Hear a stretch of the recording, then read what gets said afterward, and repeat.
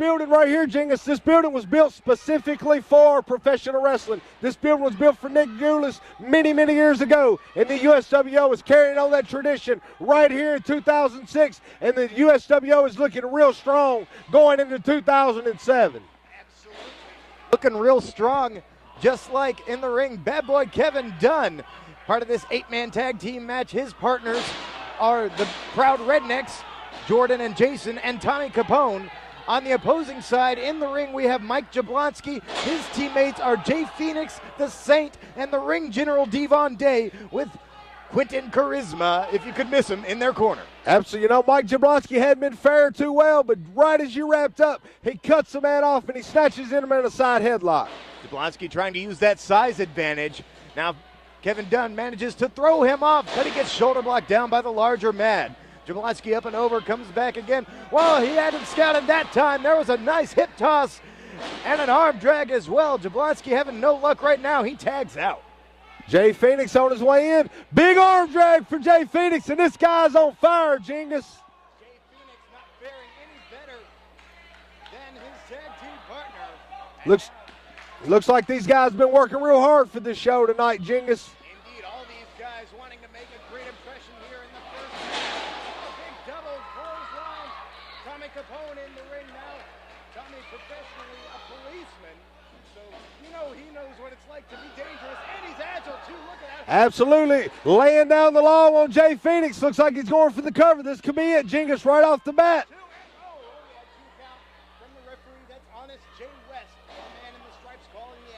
Honest Jay West, are you kidding me? This is the guy I had to set on fire earlier this year. How are you going to tell me he's Honest Jay West? I remember you used him as kindling, yes, and I'm sure he's forgotten. He got in the way, Jingus. Absolutely. Right now, big roughhouse in there. Nothing's getting in his way as he scoops him up like he's a sack of potatoes and slams him down to the mat, Jingus. Roughhouse, possibly the strongest man in this match. Has a big strength advantage over Jay Phoenix, now tagging in the Saint. Absolutely. And now, calling elbow tie up. Saint getting caught in a wrist lock. You know, it was just a short 1 year ago when these rednecks were rookies. Look how far they've come. Now they're kicking off the USWO late night at the Tennessee State Fairgrounds. That's right. Right now, cousin Jason, the tenacious youngster, has a side headlock on the Saint. Saint trying to find his way out of it. Close off. You know, everybody's talking about like he's a little kid. He was working a while ago. Now he's back in the corner. Overhand chop. They've got him right where they want him, Jingus. They got him over in the corner. Jablonski's up, Devon's putting the boot. And Jay West, he don't even know where to start. He's trying to break him up, and he don't know where to start. And I'll tell you what, Devon Day surely knows where to start as he's teaching this punk kid what it's like to be a professional wrestler for the USWO. Devon Day, a former Triple Crown title holder. He has held every belt in the USWO at one point or another, television, tag title, and heavyweight. And Jay Phoenix now showing off his size and strength advantage. Big elbow from Jay Phoenix. He didn't go for the cover. That could have been a mistake, Jingus. Oh, they're trying to keep the action hot and heavy here. Now they back him into the ropes. Looks like some double teaming coming up here. And, oh, dear that Lord. Looked like that could have knocked that kid completely out. That could be it right here, Jingus. That really could be it. Jablonski's got going him for covered. the cover. 1 and 2. Oh, somehow. Where does he get the strength to get out of this? I don't know. They just took that kid's head and treated it like one of Gallagher's watermelons, and he's still fighting back. In small packages, and the little man is certainly firing up on Big Mike Jablonski. Now he's ducking under some shots from Jablonski. Over going for the flip. Can't even use it. Can't even get him down. He's got him reeling and rocking. The big man's down. Capone in for the clothesline. Now that was completely illegal, Jingus. What is going on here? Big clothesline takes. Now that's what I call a clothesline, Jingus. The big man took him down. The Saint in. It looks like this match is definitely going in their favor right now. Yeah, it looks like that team they've picked out. Oh, cousin Jason's still trying to fight back. The Saint just got stunned out of nowhere. The jaw jacker, Quentin Charisma about to have a fit on the other side, trying to get his man alert, trying to get him to make the tag before this little punk redneck gets over there. Both men slowly coming back to their feet. Cousin Jason trying to work his way up. He needs to make a tag. Saint tags out to Jay Phoenix. Here comes Big Roughhouse. The big neck in. And he's taking care of everybody. Everybody's coming in the ring now. For everybody, Genghis. It's chaos in the ring here. Devon Day tying up with Tommy Capone. They're tumbling outside. Tommy Capone and Devon out here on the floor. Not enough room. Hey, Cousin Jason, he's going up top. What's he doing? Crossbody. Body caught by Jay Phoenix. He got caught. And both of them are outside. Both of them hard to the floor. I think it knocked the little man out over here. Well, speaking of getting knocked out, look at that big splash from Roughhouse Jordan. There was a splash from Roughhouse. Usually Cousin Jason comes in with a crossbody. What's Roughhouse doing? Ow! There was a nailed by Quentin Charisma. The referee didn't see it. Now the Saints got him rolled up. Oh, not like this. Oh, come on. Night. That is it, Genghis. What a way to kick off USWO late night. Ladies and gentlemen, your winners, the team of Mike Jablonski, Jay Phoenix, the Saint, and Devon Day. That was Quentin interfering and straight up stealing that match for his men. That's what that was. This night, and I'm so excited. This jabroni right here could not do these two men justice. No. So, ladies and gentlemen, I would like to introduce to you right now two of the most feared wrestlers ever to step foot in the squared circle. He is your Nightmare!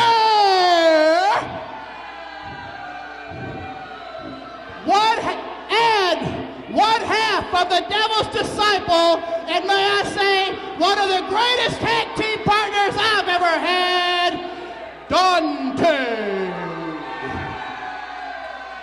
And of course, the trio would not be complete without Wa, the most fabulous and well-dressed man in the sportatorium today, Farron Fox.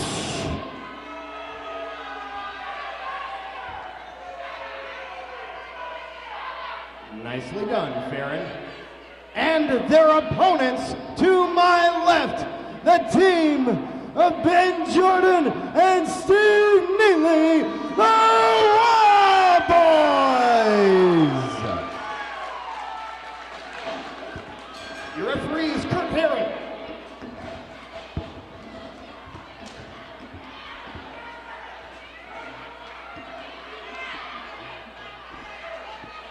All right, Genghis, just a little bit of a late start, but not a late start for the Wild Boys as he comes in with the big flying body on the Nightmare. Ben Jordan was just tossed out of the ring after the Devils jumped him right off of the bat. Yeah, that one out of nowhere. Now, you want to talk about some history. The Wild Boys and Dante of the Devil's Disciples have had some infamous bloody wars all throughout the Southeast. More than a decade and a half, man. More than a decade and a half these guys have been at each other's throats. And right here in the USWO on Christmas night 2006, they're still trying to kill each other. That's right. And Dante, he's gone out and found himself another masked partner of which he seems to have an endless supply. This time it's the Nightmare taking on the team of the Wild Boys. Is as rough and tough as Dante is. He wouldn't have him as his partner if they wasn't. So the Wild Boys have got their work cut out for him tonight, Genius. Yeah, the Nightmare, I'm just judging by his build, I'd say he's seen a bar fight or two in his time. Absolutely.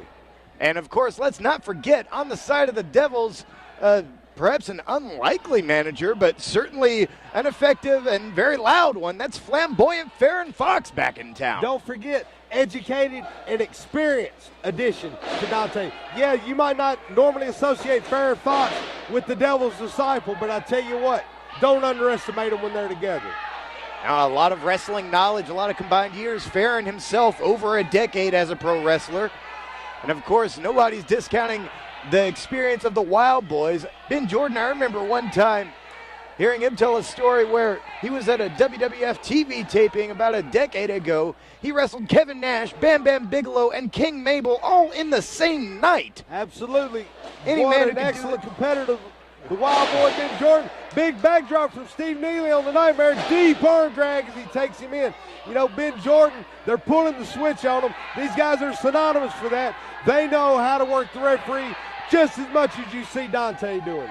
Oh, unlike so many people today, these two guys have spent years and years as a tag team. They can finish each other's sentences, set up double teams without ever having to say anything. They know each other so well. You know, I've been in this business a long time now, Jingus, and two of the toughest guys I've ever, and I'm saying ever, stood across the ring from are two of those men right there, and that's Ben Jordan and Steve Needle.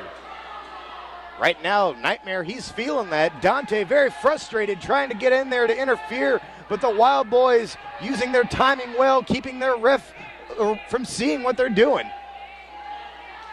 Now, referees, a little bit out of place, a little bit out of position. He needs to get on top of his game, and he needs to keep those guys out. If they don't tag, they don't need to be in the ring, Jingus.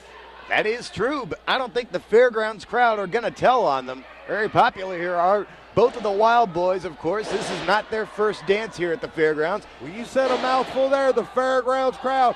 300 plus for the USWO's debut at the Tennessee State Fairgrounds. What a way to kick things off. But let's not make no mistake about it, Jingus. We want all the fans to know USWO Late Night can be seen at the Stadium Inn each and every Friday night, 8 o'clock bell time. That's right. Of course, we're on TV, Comcast 74, every Saturday night and Wednesday night at 12 a.m. We have a variety of sponsors, especially here to help us put on the show tonight. You know, I think there's somebody sitting here representing each one of these companies. We're talking about Advanced Payday. You know, Freddie Morton and Freddie Morton's Auctions is here. That's right, Advanced Payday at advancedpayday.biz. Your money solutions for all sorts of items. They're giving out free phone cards here tonight to the crowd. Great, man. You know, we can't forget about H&H Pawn, 1307 Dickerson Pike. You need some cash. You know, these guys don't get the winner's paycheck tonight. They just might need some cash tomorrow, Jingus. Well, it just might be. If Dante can't beat the Wild Boys in this final match, he might be about ready to sell his mask. Whoa, he just missed a charge, and there's an arm drag from Ben Jordan, sending Dante back down to the mat. Dante, you know, I've heard some people around here describe Dante throughout his career as almost like the Ric Flair of Nashville. A guy who's always been around, always been very talented, had a lot of various title belts in his time in just about every company he's ever been in. You know, I don't know if you know this about Dante. Dante, a former Mr. Tennessee bodybuilding champion many years ago. This guy worked the show with the David Von Erich tribute where Kerry Von Erich defeated Ric Flair for the NWA heavyweight title. Dante was on that show. I did not know that. Thank you for telling me. In the ring, Steve Neely showing some nice technical skills, the drop toe hold, and then locked on with that wrist lock. Nightmare, he's been in the ring thus far alone. Dante hasn't tagged in yet, and Dante's partner Nightmare just not having a lot of luck here against the Wild Boys. Well, you know, I'll tell you what, the Wild Boys, this is the first time the Wild Boys have worked together as a team since the Big Mule Day Spectacular that was held in Columbia, Tennessee. And I'll tell you what, you can't tell that they ain't been apart. Evidently, they've been in the gym. They've been working hard for their re-debut right here in the USWO. Indeed, the Wild Boys, both of them, sporting some guns. Right now, Nightmare raking, crossing his face, trying to force him back to the ropes. Breaks out of the wrist lock, drops down, and there's Farron Fox interjecting himself, tripping up Steve Neely on the outside. You know, the Wild Boys are no strangers to the USWO tag team titles themselves. Many times they've had the gold around their waist. But I tell you what they've got going around his waist right now, other than a couple of six-packs, is Dante's right hand right into his gut. And now there's one to the mouth for good measure. That's right, and Ben Jordan once held the television title, but that doesn't help him right now, looking in there at his partner getting pummeled. Dante taking a cheap shot there, and he doesn't see behind his back. Both Dante and Nightmare are in on Steve Neely. You know, Ben not doing his partner any justice, arguing with Kurt Herring right now as his partner's getting a take to him. Dante is definitely the man. He's looking for our approval, Jingus, and I think we should give it to him. You can. Right now, Nightmare choking the man, this time right in front of the referee. That was about 15 seconds combined of choking there. Kurt Herring, he is a great referee, but he can't be everywhere all the time. You know, I'm sure you can see the scar right here on the right side of Steve Neely's head. You know, where do you think he got that scar? I was there the night he gave him that scar. Columbia, Tennessee, 1997. Dante took a brick-o block. They handcuffed Steve Neely to the cage. Dante, this is the shoot, Genghis. He smashed him across the head with a Bricko block. Wow. Steve Neely's wearing that scar to this day. 9 years later, right here at the USWO, he's still feeling the devastation from what Dante done to him. Yeah, think about that. Every time that Steve Neely looks in a mirror when he gets up in the morning, he's got to think about that. He's got to think about that man, Dante, the devil's disciple, who's in here with his latest batch of cohorts and minions. Farron Fox getting in a cheap shot. Dante adding in a few more of his own. Nightmare keeping the referee busy. Ben Jordan not doing his partner any favors, losing his temper coming into the ring when he has not been tagged. Meanwhile, Dante is choking Steve Neely over the ropes. You know, Ben Jordan looks like he's had enough. He's making his way around the ring. Referee out to the floor to stop him. Now that could really be a mistake for Ben Jordan. Gut-wrench suplex from the Nightmare. Nice move from the Nightmare referee into count. However, Ben Jordan in there to break it up with a boot to the head. Nothing to stop a pinfall like a good stiff boot to the head there, Genghis. Yeah, that'll... Speaking of a boot to the head, looks like Steve Neely's on his way for one. Oh, that's that infamous boot of Dante's, the loaded boot. You can see it's different from the other one. They're not symmetrical. He's got some kind of added weight or something in the bottom of that one. Never been confirmed what it is, but we've seen it used to great effect on many occasions.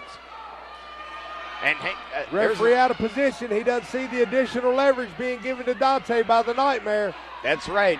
With this abdominal stretch, Nightmare pulling back on Dante, adding in that much more pressure. But let's point out the referee is doing his job. His position for an abdominal stretch is to be in the man's face to see if the man wants to submit. Very painful maneuver right there, and it doesn't help when you got additional leverage being put on it. Now you got another one. It's Farron Fox is pulling the arm of the Nightmare. Can you imagine the pain going through Steve Neely's body right now? I cannot.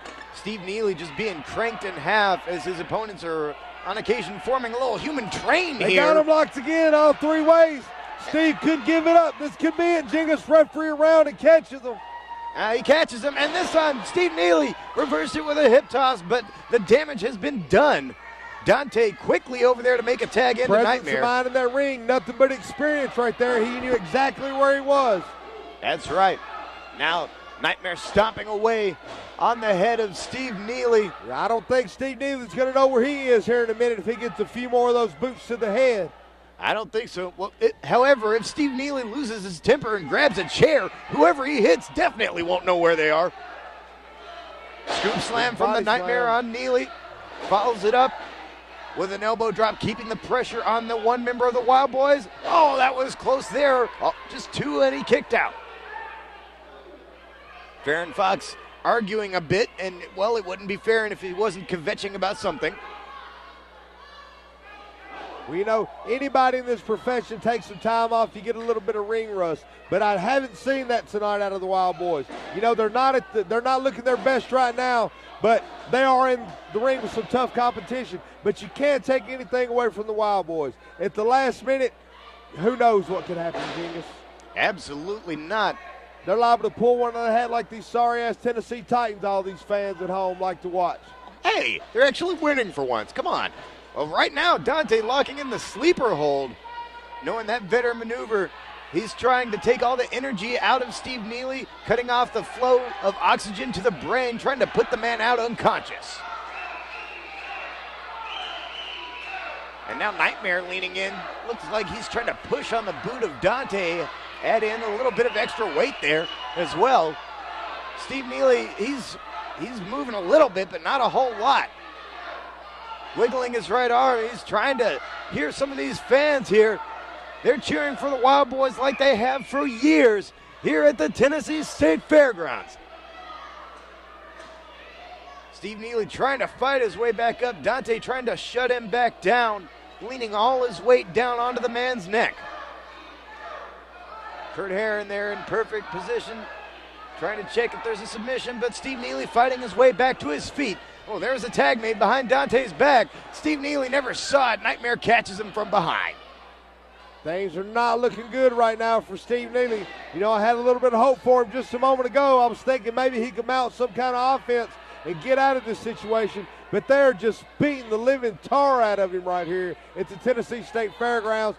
Got 300 plus watching and cheering him on, and it's just not been enough yet. He just cannot get out of the hands of the vicious beating he's taking from the masked men right now. Now, one slip up, that's all it takes with men like Nightmare and Dante. Dante himself, a former USWO heavyweight champion. Oh, Steve Neely could have had a chance there, but he got shut right back down.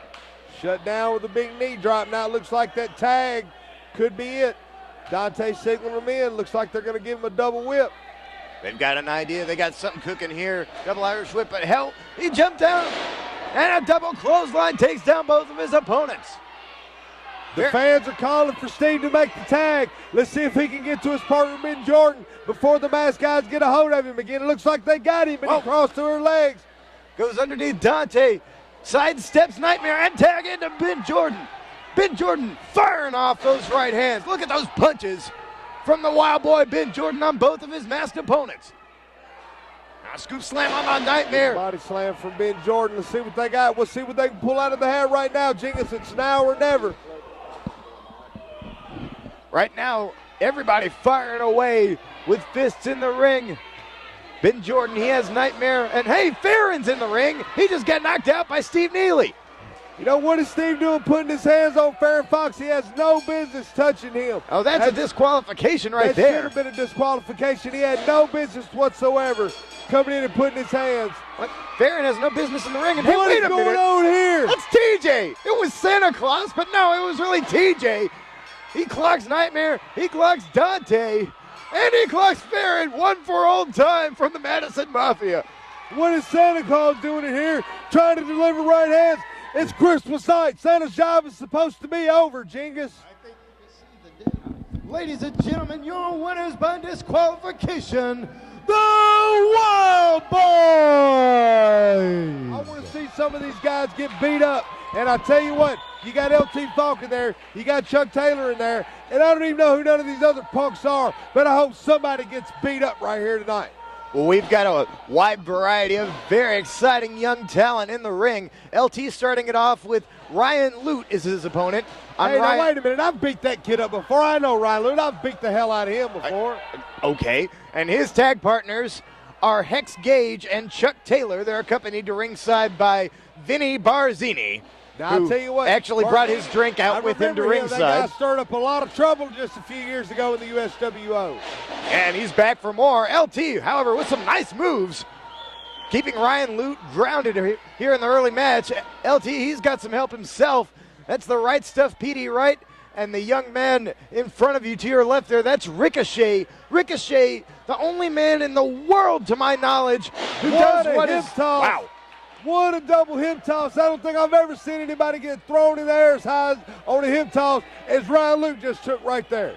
They just tried to sling him. Well, if we were at the Stadium Inn, he would have gone through the ceiling. Through the roof, absolutely. You better not give Ryan Lute a hip toss at the Stadium Inn, because I tell you what, it looks like it could lead to trouble. Now let's see what Petey's right got against, what's this kid's name? That's Hex Gage. Hex Gage. I haven't had the pleasure several years of putting ago. my boots to his head yet, I don't think there, Genius. I don't think so. Hex Gage is an awesome competitor with a variety of amazing high-flying moves and a hard knife edge chop there as well on Petey Wright. Now a hip toss. Oh, Petey landed on his feet. Tries a fireman's carry. Hex Gage lands on his feet. That time he tripped him up nicely. Only a 1 count. Now trip up from Hex Gage going for a cover. Only a 2 count from him. Swept his feet right up under him. And now both men back up, collar and elbow tie up once again. Hex Gage taking over with the wrist lock. We're going to see a lot of amazing action yet. A lot of these guys, all these guys are talented. Some of them have some high-flying moves that have to be seen to be believed. You know, I don't even think he knew where he was at in the ring. Now, I'll tell you what, I don't know much about this kid, but he sure as hell's got an impressive ring entrance. That's Ricochet taking on Chuck Taylor. Wow, lands on his feet. Look at the speed of Ricochet. And now, whoa, comes right into a back elbow from Chuck Taylor. Whoa, Taylor turned it around. At first a reversal, and now bounces. Moonsault lands on his feet. He saw Ricochet moving and landed on his feet. That is athletic talent right there. However, drop toe hold into the ropes. Ricochet back up again once around, comes around. spinning head scissors. Wow. What a maneuver by this young kid. You know, we talk about the USWO being a breeding ground for some of the greatest new talent in the business, and I think I've just finally laid my eyes on some of it, Jingus. Yeah, all these guys, back into the ring. They're So trying to much for Pearl Harbor their showing off. opponents. See what showing off will get you in this business. Yeah, they took their eyes off the prize for just a second, and it cost them. Shooting them all three across. Oh, a triple reversal. A Hurricane Rana and two backdrops sit them in, scattering once again. And now, there's all three men going from the outside of the ring out to the floor, flattening their opponents. Look at the risks these individuals are willing to take here in this match tonight. Now Chuck Taylor lying on the floor, LT out here in front of us fighting with Ryan Lute.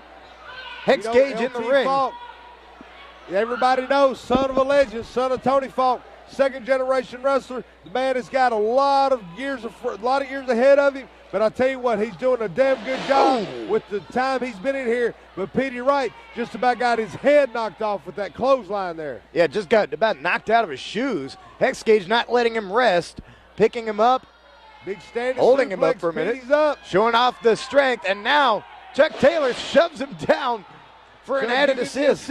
And Petey went down hard. That's right.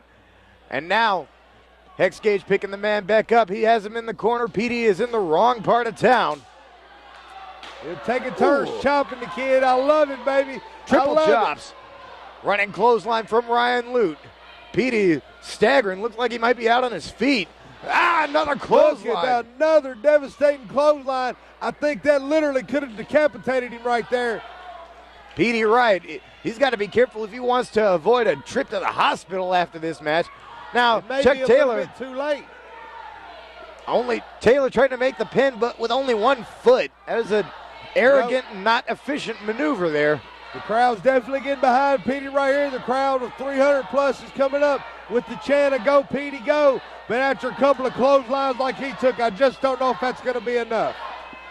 Chuck Taylor in there hammering away on Petey Wright. Chuck Taylor has his share of accolades, his share of respect he's won throughout the wrestling world. Wow, look at that suplex and a kip up, showing off strength, agility, everything. The true total package. That is Chuck Taylor. Go for the cover, only a 2 count. Chuck Taylor, a former USWO Tag Team Champion. In fact, he currently has hit for the past several months. Wow, look at that drop kick. This kid's amazing. He's held the IWA Mid-South Heavyweight title. Won that in the Ted Petty tournament. That's a title that's been held by men like Eddie Guerrero. That ain't no joke. Well, you know, even I'm impressed with Chuck Taylor, and I can say I don't impress easy. This is definitely a man to be watching out for in 2007. 2007 or any year. He started here in the USWO, had his 12th match in his career in the USWO. Whoa, look at the nice reversal. I can't say enough good things about Chuck Taylor. However, Petey Wright reversed him, spiked him with a DDT. And now Petey's got a chance. He really needs to make a tag out to his corner, either to Ricochet or to LT Falk. The referee is counting. Chuck Taylor not moving much. Hex Gage and Ryan Lute trying to egg their compatriot on. Vinny Barzini out there, he's got a drink out there at ringside. Now tag into LT. Ricochet comes in anyway. Both of their opponents in, all 6 men in the ring. LT firing away with chops and kicks on Ryan Lute. And now, double drop kick on Hex Gage. Flattened him in the corner. And now, look at that. What a move by LT and Ricochet. The kid moves like a cat. Beautiful maneuver. And now, Ricochet thrown out by Chuck Taylor. Now Chuck's got LT, throws him out on the other side. However, he missed. Blockbuster from Petey Wright. He missed one of them. See if he can make the cover here. 1 and 2, and no. Ryan Lute in for the save. Ryan Lute in the ring to help out his tag team partner. Now slamming forearms into the face of Petey Wright. Double reversal. Gets booted, and now, picked up. Slammed down face first. Yeah, I could have broke his nose right there. Looks like a car crash. Bodies laying everywhere. Going for a cover, but LT in there to help his man out.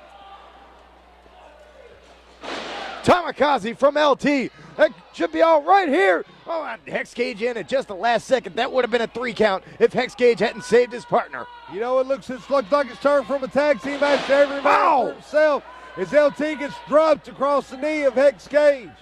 Dropped him down hard across the knee. Now booting him out of the ring. Oh, he missed Ricochet. Ricochet back in there. This guy, he reminds me of a young Tiger Mask. That's how talented, how physically amazing this young man is. Look at him showing the balance. Look at that! What a move from this kid, and the crowd goes ballistic. That could be it. Chuck Taylor desperately to make the save. That was the most amazing thing I have seen all damn year. A moonsault straight into a DDT. Just when you think you've seen it all in this business, leave it to somebody in the USWO to throw a new one on you. And now, picking the man up, Ricochet reverses it into a DDT, spiking That's Chuck. gotta be it. I don't know if a human being can take any more punishment. That's gotta be, and now, could this be it? I've heard about it. Could it be? Oh no! Hex Cage spoiling everybody's good time, especially Ricochet. I thought he might have been going for the legendary double moonsault. Whoa! Did you see that pile driver from Chuck Taylor? That's gotta be it. 3 count. Chuck Taylor with that great move wins it for his team. Ladies and gentlemen, your winners, the team of Ryan Lute, Hex Cage, and Chuck Taylor. First and foremost,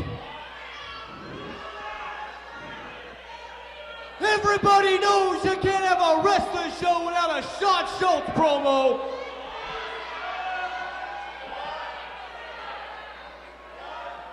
Second of all, in case you people are wondering where Chris Michaels is, he's in the back getting ready to kick Chase Stevens' ass.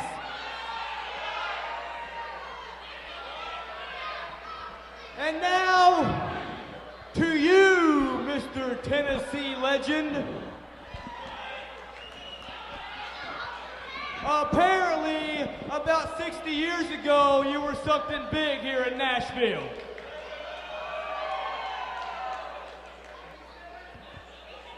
Well, just to let you know, Reno, since you've been gone, there's a new dog in town by the name of Shawn Schultz.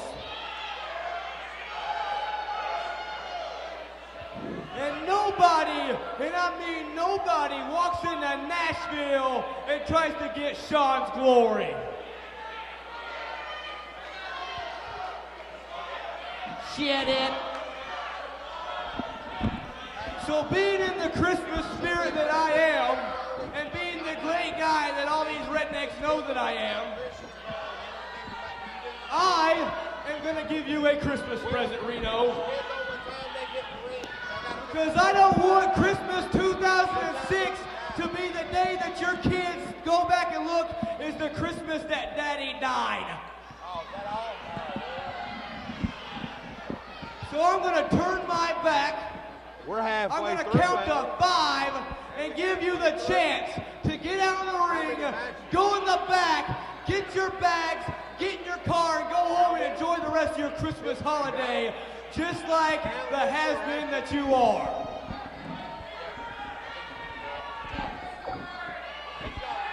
One, 2, 3, 4, 5.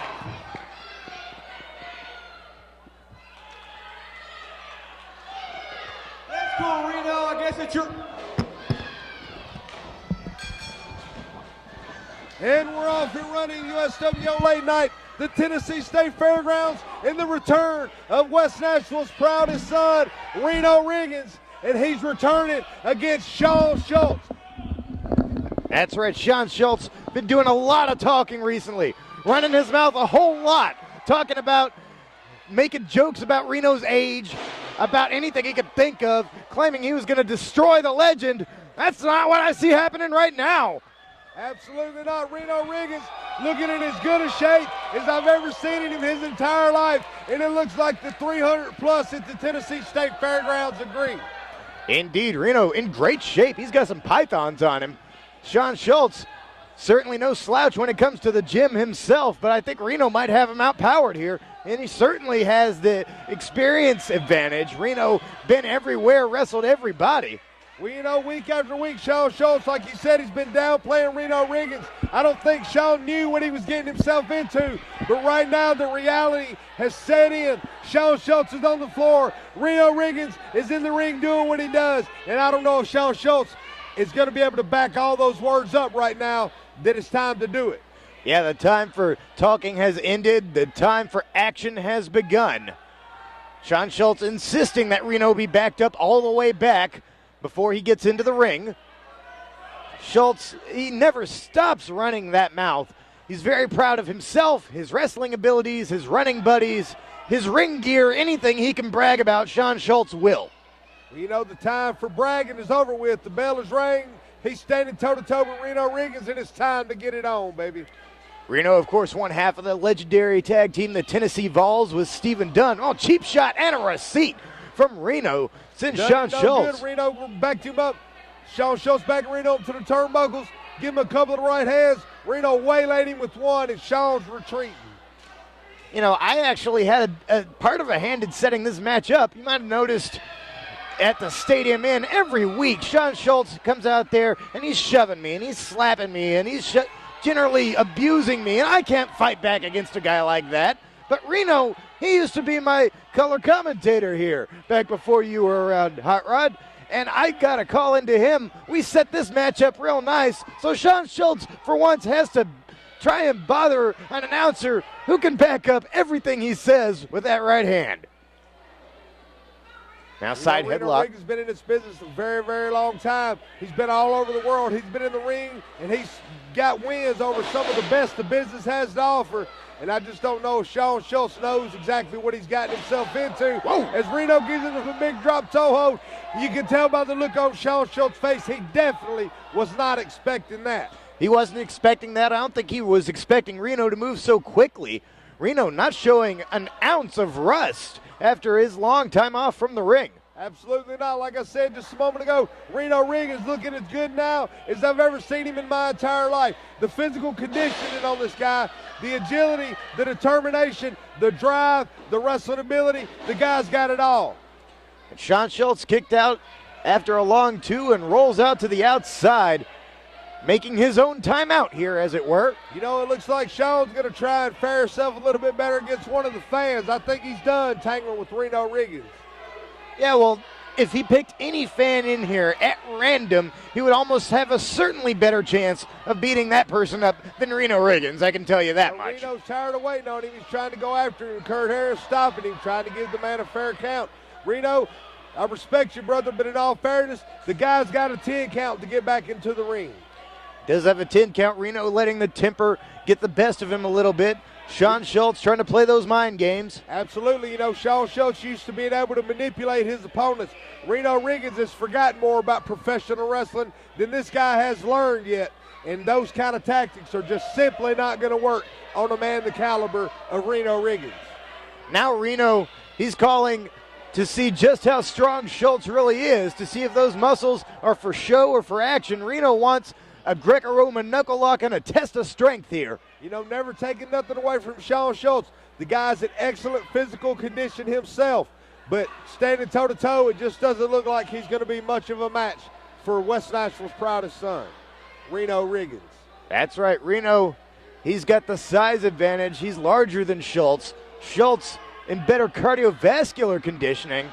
We could see as this match goes longer, that could come into play. You know, Sean Schultz, surprisingly to me, has got the upper hand on Reno Riggins right now. He's got Reno wailing in pain. Look at the look on that man's face. You can tell it looks like he's getting a little bit of frustrated as he's starting to make a little comeback there, Genghis. The crowd supporting him. They're getting behind him. That's right. The crowd here at the Tennessee State Fairgrounds behind Reno Riggins, but Sean Schultz ended all that noise. Boot to the stomach, a quick and easy, not quite ethical way, but effective of getting out of that predicament. Absolutely, a boot to the gut works every single time, baby. Just right into the sternum, takes all the wind out of you. Reno trying to fight back. He's back up to his feet now once again, but he fires back. Reno giving as good as he gets, and he's got Schultz on his knees.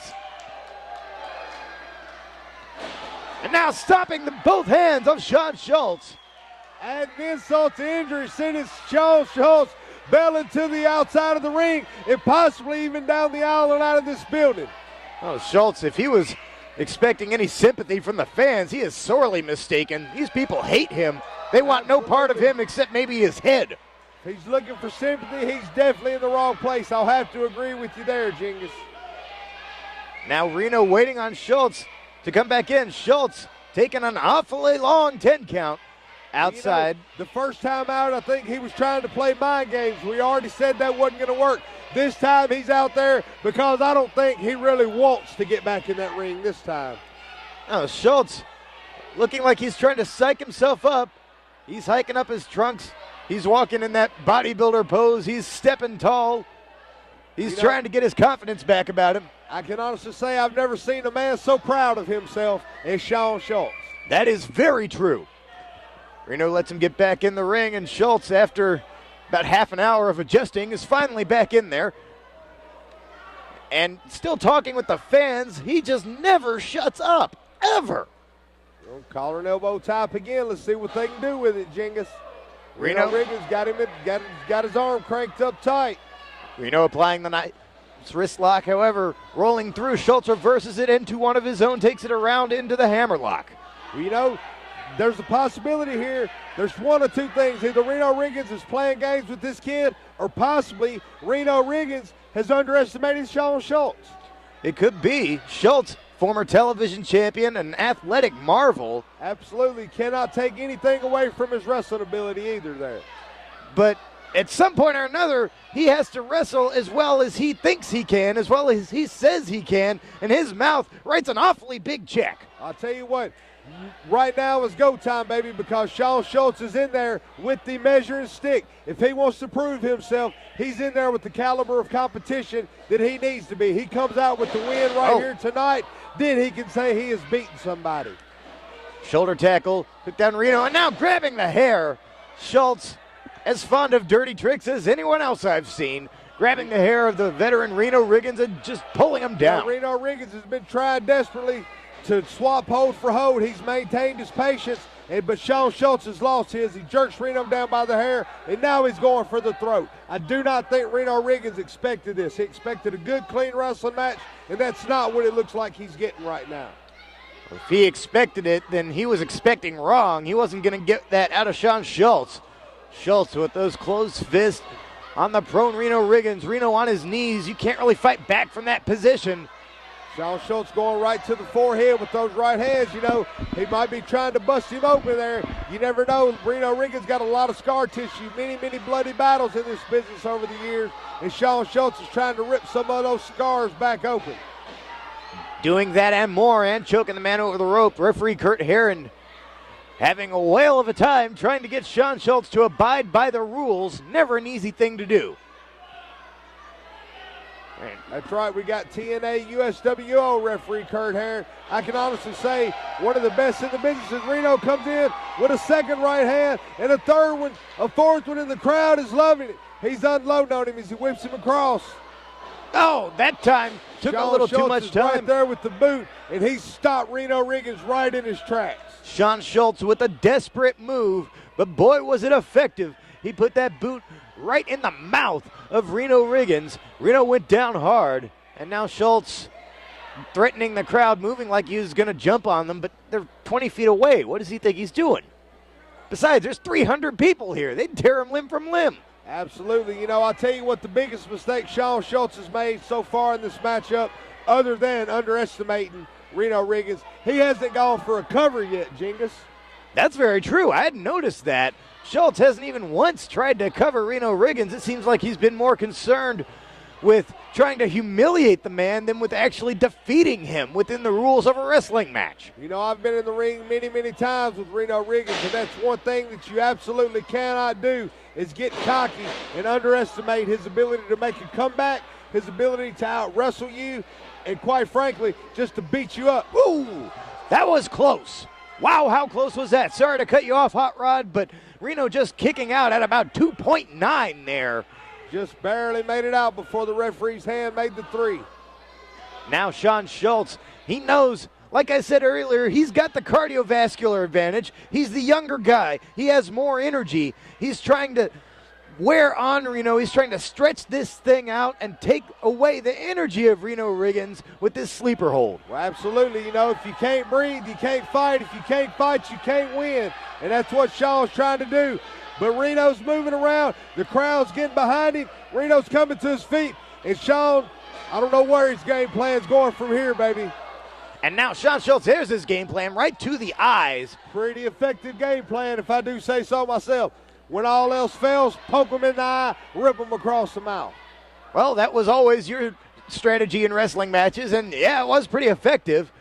Let's see if it works as well for Sean Schultz. Reno, he's literally on the ropes in the corner. Irish whip, and, well, Reno up and over. He rolls him up. This could be it. That's it. Hello. He just told him exactly what he wanted to tell him, man, is that he is not nearly as good as Reno Riggins. Ladies and gentlemen, your winner, Reno Riggins. Reno coming back, and he hasn't missed a step. It's like 1995 came back. That was a beautiful move. What a celebration. Listen to these people. They're going absolutely ballistic as Sean Schultz has just been defeated.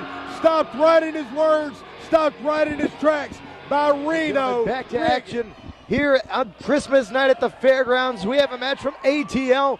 The ATL heavyweight champion, Shane Williams, in the ring at this time. His partner, the ATL television champion, Rasta Khan, taking on their opponents in the ring. That's Jerry Wayne, and on the right, that is Hercules. You know, I've seen some strange characters in my day, and I'm not even just talking about in the wrestling business, baby. Everybody knows the lifestyle I used to lead, and I've seen some strange folks in my days. But I can honestly say I have never, ever seen anybody as intriguing, as weird, as maybe not even being from planet Earth, is this Hercules character over here in the corner. Where did Gordon Devious G dig this guy up? I don't know where he found it, but Blaine Gordon, he's one of his additions to ATL. Hercules, he can be a vicious competitor when he's got the upper hand. Right now, he's got a handful of nothing but that big pink wig.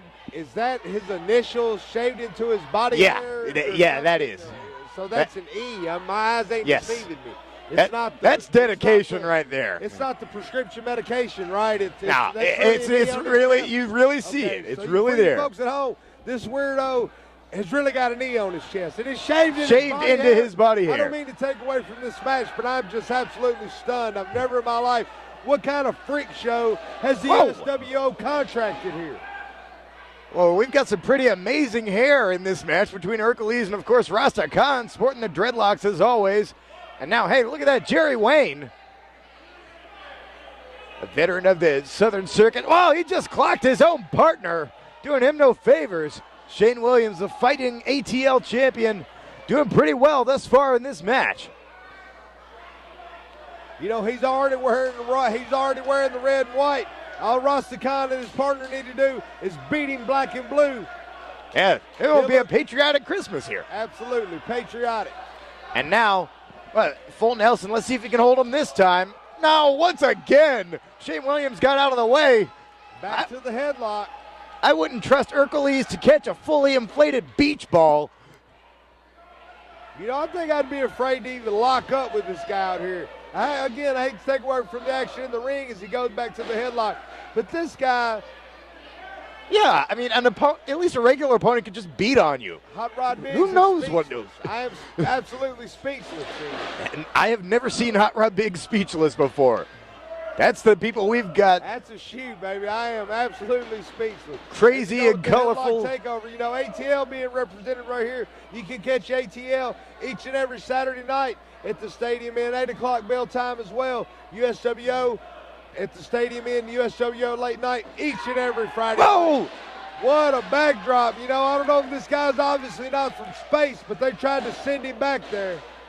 Trying to knock him all the way to the moon. Rasta Khan in the ring. Is that his BVD sticking out of the back of that exotic outfit? I believe it is. Right now, still in the ring.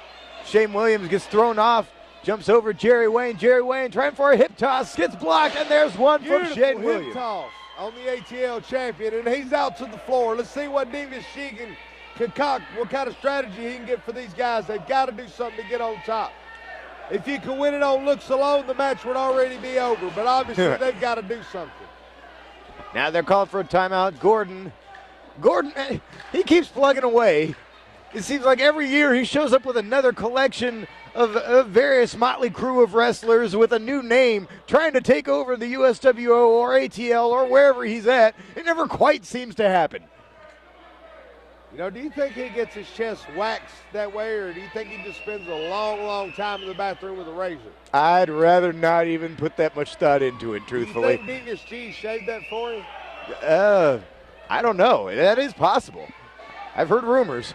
Whoa, tag into Big Rasta Khan.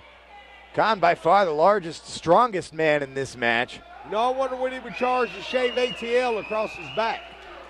I don't know. Maybe we could get a product placement deal there. It couldn't cost much. You guys got to work cheap. Look at him. All right, now, okay, we got the ATL television champion in there with, right, the ATL champion. So we got ATL champion versus champion. Am I correct? I believe so. Right now, referee checking to see if there's... I don't think closed fist punches are really illegal or grounds for a DQ anymore. Whoa, Jerry Wayne. I've seen Rasta Khan, you know, he's been a big force to reckon with around this area for just a short time. I haven't had the privilege wow! with him, but look at that power slam. Beautiful power slam showing off the strength, and now trying for a tag out. Rasta doesn't care. He's just in there to beat on someone anyway.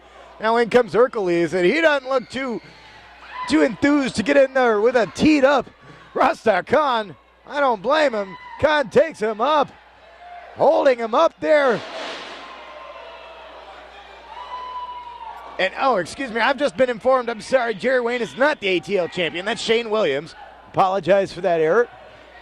Right now, Rasta Khan in control of Hercules. And, oh, look at the two guys. Who would you think would win? Shane Williams. There's two strange characters in the ring right there now. Rasta Khan's obviously got the wrestling ability and the physique. And it remains to be seen what Hercules has got to bring to the table, other than a wild, crazy, strange look. Hercules brought one of Jim's old wigs out of rags there, it looks like. And now, trying to lock in this side headlock. However, Shane Williams gets out of it, gets one of his own. Hercules is a self-proclaimed intergender wrestling champion. He enjoys wrestling women more than men.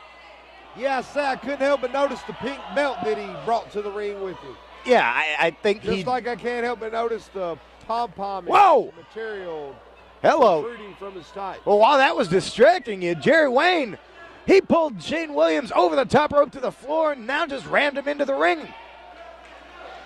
They're out in front of the fans. We got to have almost 400 people here at the State Fairgrounds tonight on Christmas. There go the barricades. I knew they wouldn't last long. Not with these characters out there.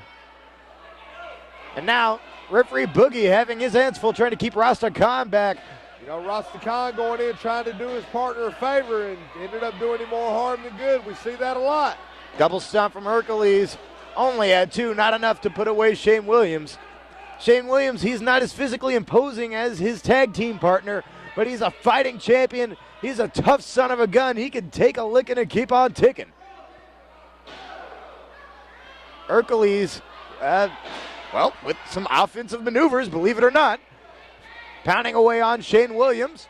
And now a double team. Look at them using Rasta Khan's temper against him. Double clothesline behind the ref's back. May be strange looking, but that double clothesline was obviously effective. Yeah, he's wearing some special ed headgear, but Hercules has at least a couple of brain cells to rub together. Now Jerry Wayne with this bow and arrow backbreaker on Shane Williams. Notice he's got him over there close to his corner, keeping him away from tagging in Rasta Khan. Meanwhile, Hercules is right there, just a hand's breadth away if he needs to tag in. It's kind of Rick Steiner meets Axl Rose meets Adrian Street meets George the Animal Steel with that body hair. I'm not sure what kind of category this guy is supposed to fit into here. I think we have to invent a new one for Hercules. $1 million fist drop from Jerry Wayne. Jerry Wayne, a very solid wrestler, good with the old Southern fundamentals. You know, that's about the only guy I think the Rainbow Coalition might shun from a parade. Yeah, he's a little bit too far out there for Earth. Now, trying for a backslide. Shane Williams fighting back. He's got him down 1 and 2, but Hercules in there. Did he just poke him in the belly button? Did I see that right? You know, I'm not sure what we just seen there, Gene. He just gave him a Pillsbury Doughboy right there. I am at a loss for words at this point in the evening. Now, Shane Williams reaching over. He wants a tag to Rasta Khan. Jerry Wayne knows this. He's trying to force him backwards. Has this front chancery applied? This front headlock trying to force him back. Shane Williams trying to get back to his feet, trying to power his way back to his corner. We hear the crowd here. They're clapping. They're behind Shane Williams. Now picking the man up. Just trying to muscle his way inch by inch to the corner. There's a tag into Rasta Khan. Now Rasta Khan, he has the fresh man. He has all the advantage in the world. Whoa, there's a cheap shot, a little shot to the breadbasket, and Jerry Wayne. Hard shot to the floor. Just threw him outside and threw him hard. Now making his way over to Shane Williams. Him and Hercules both, while Gordon has a chat with the referee. Picking Williams up, going for a double team maneuver here. However, Rasta Khan coming back in the ring. Williams trying to fight back. Oh, he just speared Hercules out of the equation. Williams landed on top. The small package was effective. The spear rolled him right into the small package, and the ATL champions come out on top. Ladies and gentlemen, your winners, Rasta Khan and Shane Williams.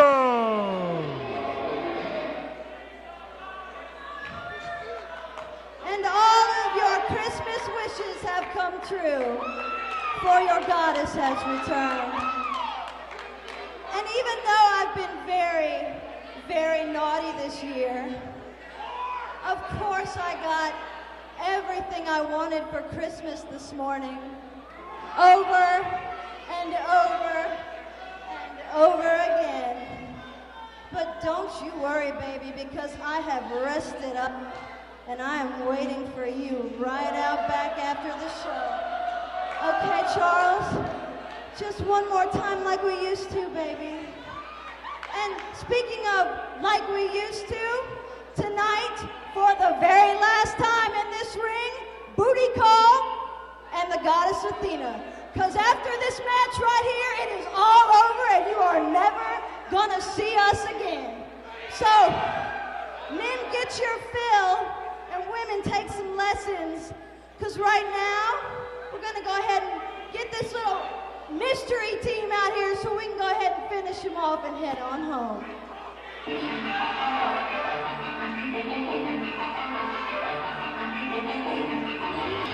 Cut that music off!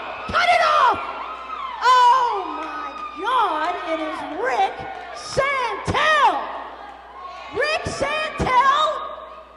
I'm sorry, I thought you had to have talent to get booked at USWO. This is the one company where you don't sleep with the promoter to get booked on here. So I don't understand how you're even here. This doesn't make any sense to me.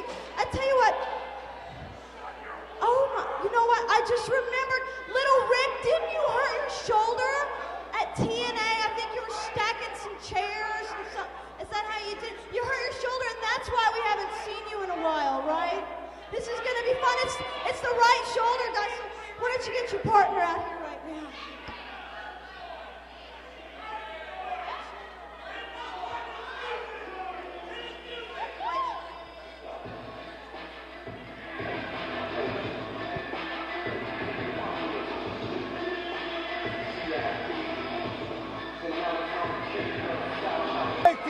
I'll tell you why.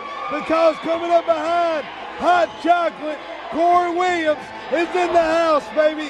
USWO Late Night, Tennessee State Fairgrounds. Booty call. Looks like you're getting what you wanted. You wanted a good tag team. You got it, baby. Rick Santel, Hot Chocolate, Corey Williams. Your little Santa ho, ho, ho, listen up. We've got something to say, and these good people right here in Nashville want to hear it.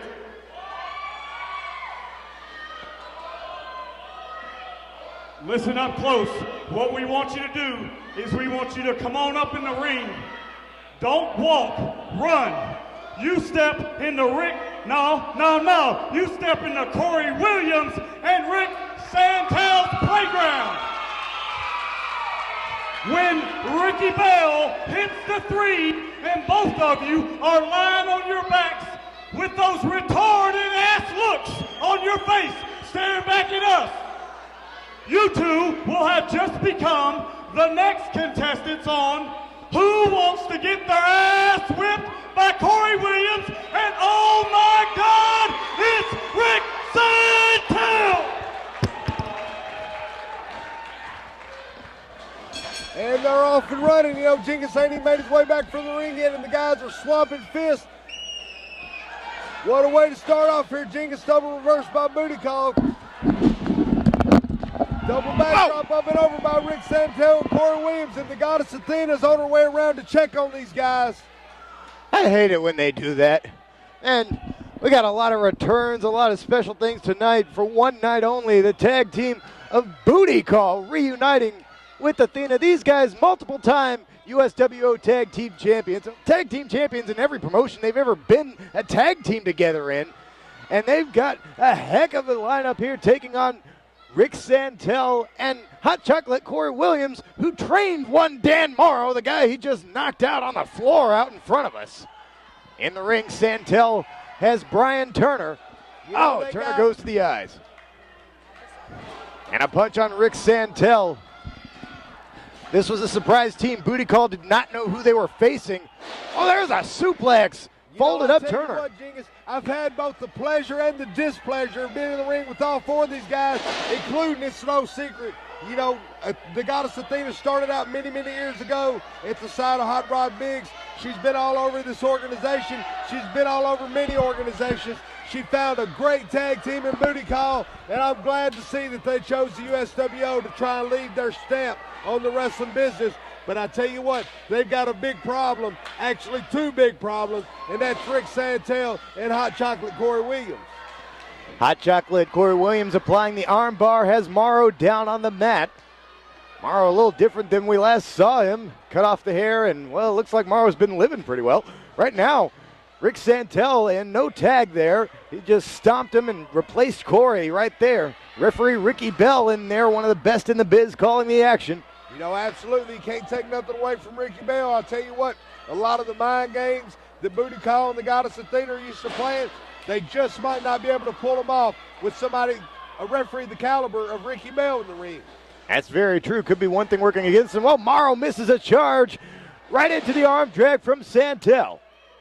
Now, before the match, Athena was ranting on, saying something about the previously injured shoulder of Rick Santel. That right shoulder, he had a major injury to that a few years back. You know, it was about 4 years ago to be exact, Jenkins. Rick Santel did. He said he had to have surgery on that shoulder. It was a real bad separation, damaged his rotator cuff. The man was out of the business for quite a while, but obviously he's back. He's in probably the best shape he's ever been in his life, and he's obviously going to be in the damnedest fight he's ever been in his life, because Booty Call made it clear this is it. This is the last call for Booty Call, and they want to go out as winners. That's right, and it kind of chokes me up watching this. Both members of Booty Call, I've known those guys for a long time, and hey, it's a special night. Let's reveal an old secret.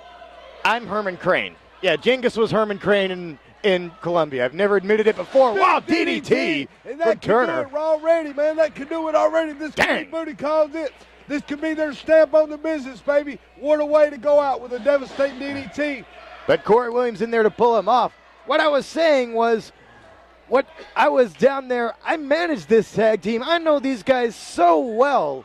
And to see them again one last time here, one last time hooking it up together as a tag team, it really is an emotional occasion for me. Now Brian Turner in there with Rick Santel, throws him out to the Goddess, and no, she was never afraid of getting involved. What a shot to the back. It's the Goddess Athena just pulled her fingernails down the back of Rick Santel. And he gave her something back on the ass for good measure. How can you not love that? On the other side of the ring, 5 minutes gone, 10 minutes remaining. Dan Morrow came flying off the apron with a cactus elbow onto the concrete on Rick Santel. You know, nobody's ever taken anything away from this team that used to manage Booty Call. Like you said, multiple-time USWO Tag Team Champions. And if the referee would keep Corey Williams out, this match would have already been over. That's if the referee can keep Corey Williams out. And have you ever tried to get Corey Williams to do something he doesn't want to do? It's not easy. Right now, Irish whip from Turner. There's that beautiful spin kick, laid Santel out. Now going for a cover. 1 and 2. Once again, Williams in there to break it up. And we've had, the crowd has cheered a lot, and they've cheered loud here tonight, but the loudest might have been when I heard that Corey Williams come out here. They went berserk. Nice double team maneuver. That could indeed be it. Morrow going for the cover, but Williams just too close. Could be a little bit of ring rust. Booty Call is not tagged together for almost a year now.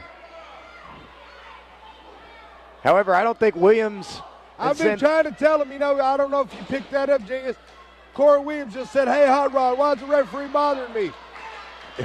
I kind of agree with Corey, but he needs to stay out. Booty Call's trying to do their job. I don't really like this punk Rick Santel. You know, he's halfway responsible for something that happened to me a long time ago. The punk dropped me on my head. He beat me, and I don't like to put words in anybody's mouth, so I'll just shut up there. But I tell you what, I don't like this punk, and I wish they'd get the hell beat out of him, and Booty Call's doing a pretty good job of it. Yeah, that is your prerogative, and Booty Call is doing a fair job. Morrow going up for a superplex. Looks like he's trying to attempt here, but Santel fighting back. Couple of shots to the midsection, one to the head, knocks Morrow off. Morrow down it. Wait, Santel's climbing to the top. He's got something here. Big flying from Rick Santel. Has he got the presence of mind to cover him? He does not. Now he hurt himself. Looked like he might have landed on that shoulder that we mentioned earlier, on that crossbody. That was a big-time move off the top, and he took a risk. Rick Santel, former partners with Chris Vaughn. They had a good run. They had a shot at TNA. The shoulder took him out. He wants to make his stamp on the wrestling business here tonight, too. And that was what a devastating and impressive flying body that was. Oh, there's an attack. Chocolate Corey Williams. Turner goes down. Morrow goes down. Corey Williams, Hot Chocolate, unloading on both members of Booty Call. Irish whip and a big kick sent Turner down. Now on Morrow. Williams with another bicycle kick on his former trainee, sending him to the mat. The teacher taking the student to school one last time, it appears like. Let's see if the Goddess Athena's got something up her sleeve to help the men go home with the victory. Behind Corey's back, he had a low blow right in the groinular region on Brian Turner. Sends him flying to the outside. You know, you can't underestimate the Goddess Athena on the outside. I taught this beautiful lady everything I know, and then she went on and she learned a bunch herself after that. She is definitely one of the most devious and effective managers not only the USWO has seen, but the wrestling business has seen in general. That's right, Athena. And I mean, I know this woman personally. I've had $40 worth of groceries destroyed on me by this woman in the food fight. Whoa, Morrow. Whoa! Getting rolled up. Out of the way, and 3 count. What an impressive move. Booty Call lost their last match. Went down, baby. I don't know if Booty Call does, but what an impressive wrestling match that was. Ladies and gentlemen, your winners, Rick Santel and Corey Williams. Booty Call and Athena throwing a tantrum. They cannot believe they have lost their last match. But hey, definitely not the way that they wanted to leave the USWO or the wrestling business. Was definitely not by pinfall. Well, it was appropriate. The teacher pinning the student, Corey Williams and Rick Santel, Problem victorious. at our last show past Friday night at the Stadium Inn, you know, you caused me a little trouble. So, nothing against you, Eric, nothing against you, Vision. You know I respect both of you guys, and I love having you on the card. But it being Christmas, I went out and I spared no expense. I mean, no expense. I mean, I pulled some money out of my wallet to do this. So just to make sure you two guys don't get too out of hand in this match, we're going to have a little triple threat. So if you will play that music, we'll bring out this gentleman now and have us a three-way dance.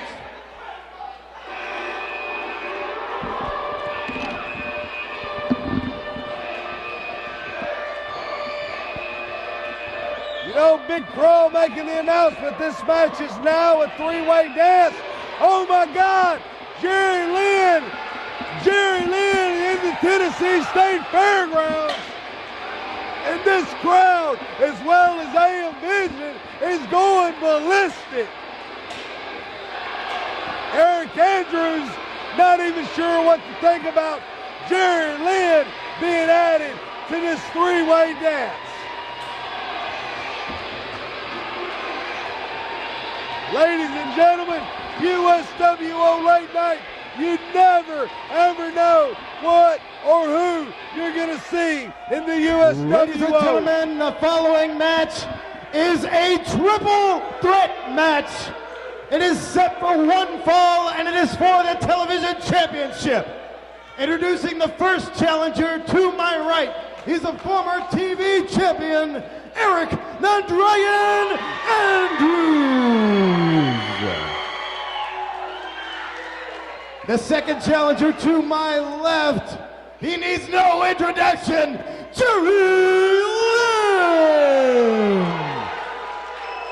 And finally to my right, the reigning and defending television champion, the infamous AM Vision.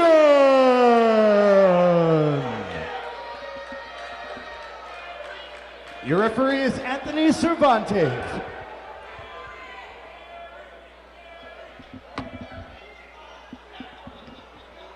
You know, Genghis, I'm not sure what to think about this.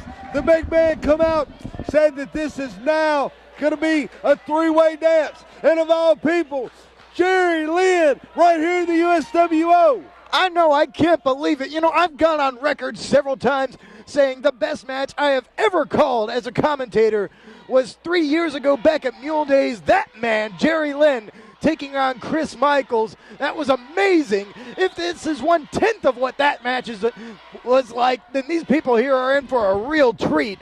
This is a shocker having Jerry Lynn at the last second thrown into the TV title match. Absolutely. You know, Jerry Lynn, been a superstar in every top organization across the world. And now here he is right here trying to stake his claim as a title holder in the USWO. Jerry Lynn, in fact, he resides in Nashville, starting off with Eric Andrews, but there's AM Vision. Vision has gone through a rather disgusting attitude change here recently. Last week he snapped, he attacked Eric Andrews, and now, whoa, tandem drop kicks. AM Vision goes to the floor, but double drop kick by Eric the Dragon Andrews and Jerry Lynn. Man, just one of those wouldn't be enough for most people, but both at the same time. Now collar and elbow tie between these two. Jerry Lynn snapping the Dragon over. Eric Andrews operating very well under pressure, under this huge surprise that's been uncorked on him. I mean, Jerry Lynn. To the head scissors, both men one apiece. They come up showing a little bit of mutual respect as AM Vision comes back in. Whoa! They mutually toss him over the top rope. Vision came in, went right back out again. Jerry Lynn, he's, of course, held more titles than I can name. ECW World Heavyweight Champion. In WWE, he was a light heavyweight champion. In TNA, X Division champion. The list goes on. And that's the man who's in the ring right now here at the USWO on Christmas night at the fairgrounds. When you're talking about his list of titles, those are only the titles he's held in the United States. We're not talking about his titles in Japan and in Puerto Rico and in Europe. This man is the very definition of championship material. And now AM Vision and Eric Andrews have got to prove themselves.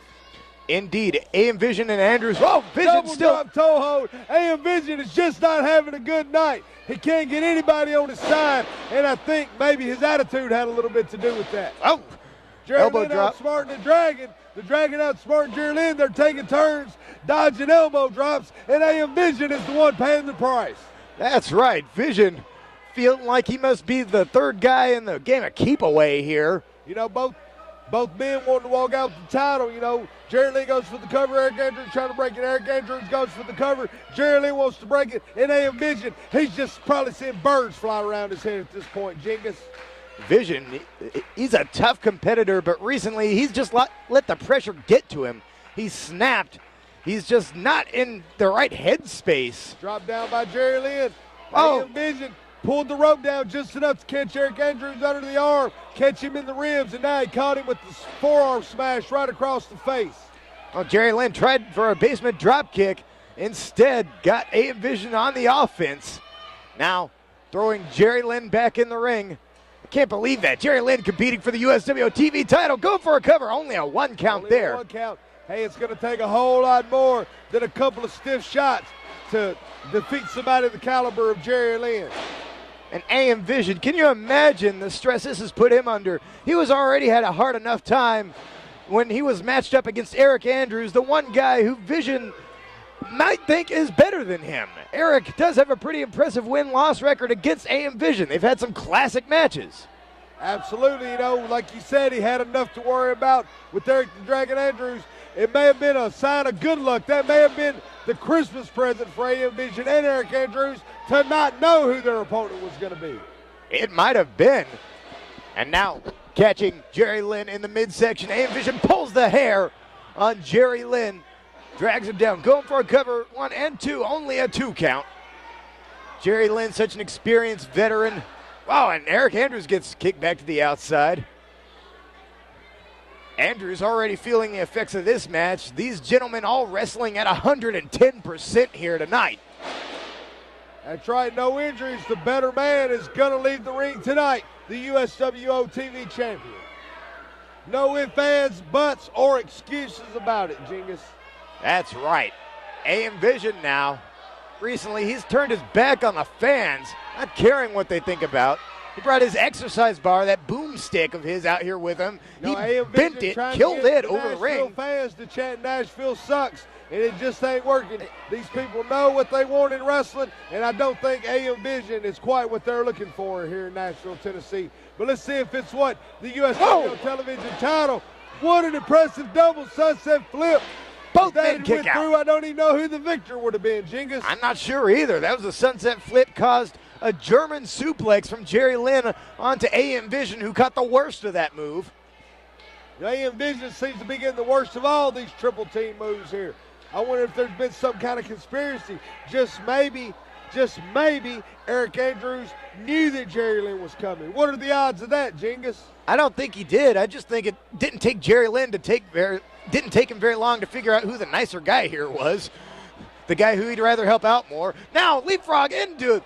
Wow, nice maneuver. Jerry Lynn hurting both of his opponents at one time. Then Eric Andrews takes them both the down. Nicer guy, well, if a nice guy's the kind of guy that gives you a flying clothesline out of the corner while he's giving the other man a bulldog, then yeah, Eric Andrews is a nice guy. Yeah, and a very talented wrestler as well to pull off that maneuver. Right now, wow, Vision, Alabama slam on Eric Fighting Andrews. down. He hasn't forgotten Jerry Lynn. He drop kicks him out of the ring. Short drop kick will get him out of the ring every time. AM Vision goes to the top. Now Vision up.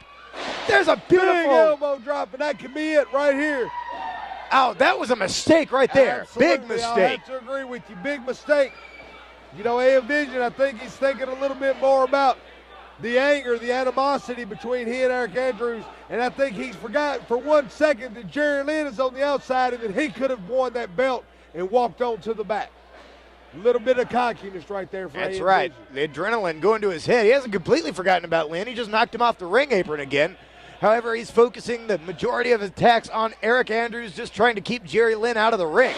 You know, that was an impressive maneuver. All AM Vision had to do is what he's doing now, and that's hooking him for what should have been a 3 count. He got a little bit cocky. He's trying to show off for these fans.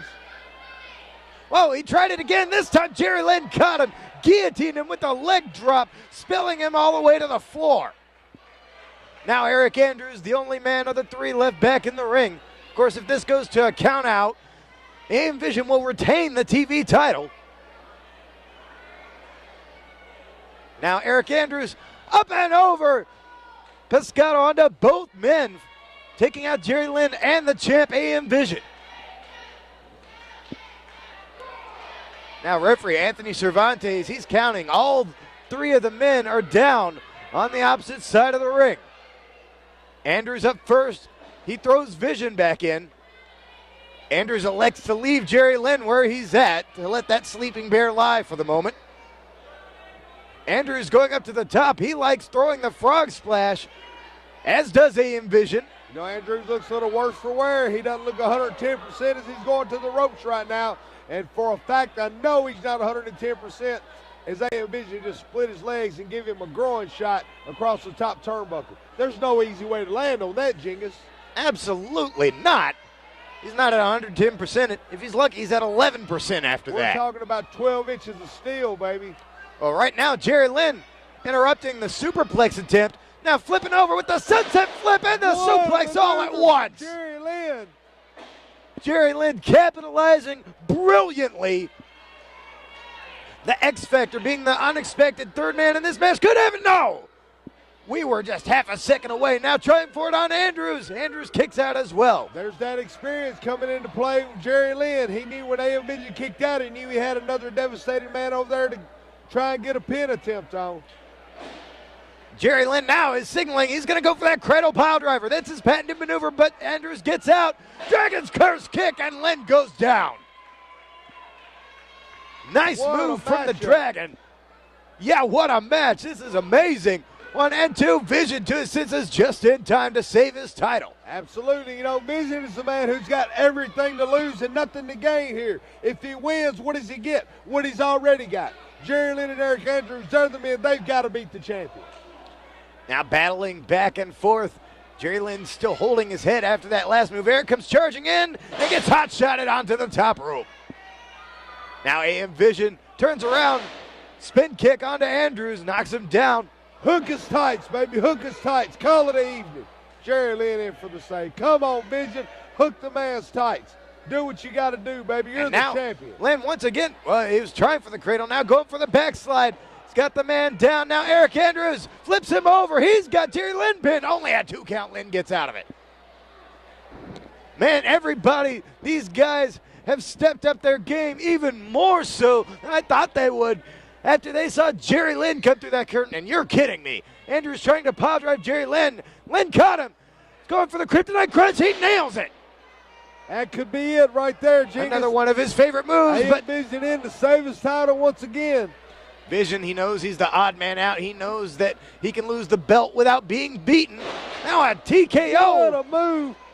Yeah, that's right, TKO, but it come down as a body press against Eric Andrews. Beautiful move. Intelligently executed. What an innovative wrestler this guy, Jerry Lynn is. No wonder he's held champion. Hey, wait a minute. They're behind the referee's back. Exercised by the boomstick. That went right into the temple of Jerry Lynn. What? Hey, wait a minute. Hey, the referee found it. AM Vision held on to that for too long. Thankfully, we didn't get a pinfall there. Whoa, he's down again. Eric Andrews on top. He got the 3 count. Win out of nowhere. What an upset. Ladies and gentlemen, your winner and new television champion, Eric the Dragon Andrews.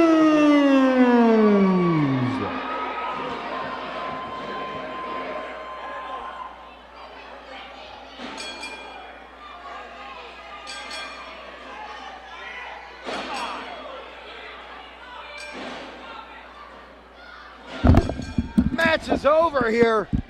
Sore loser, AM Vision. Oh, Jerry Lynn.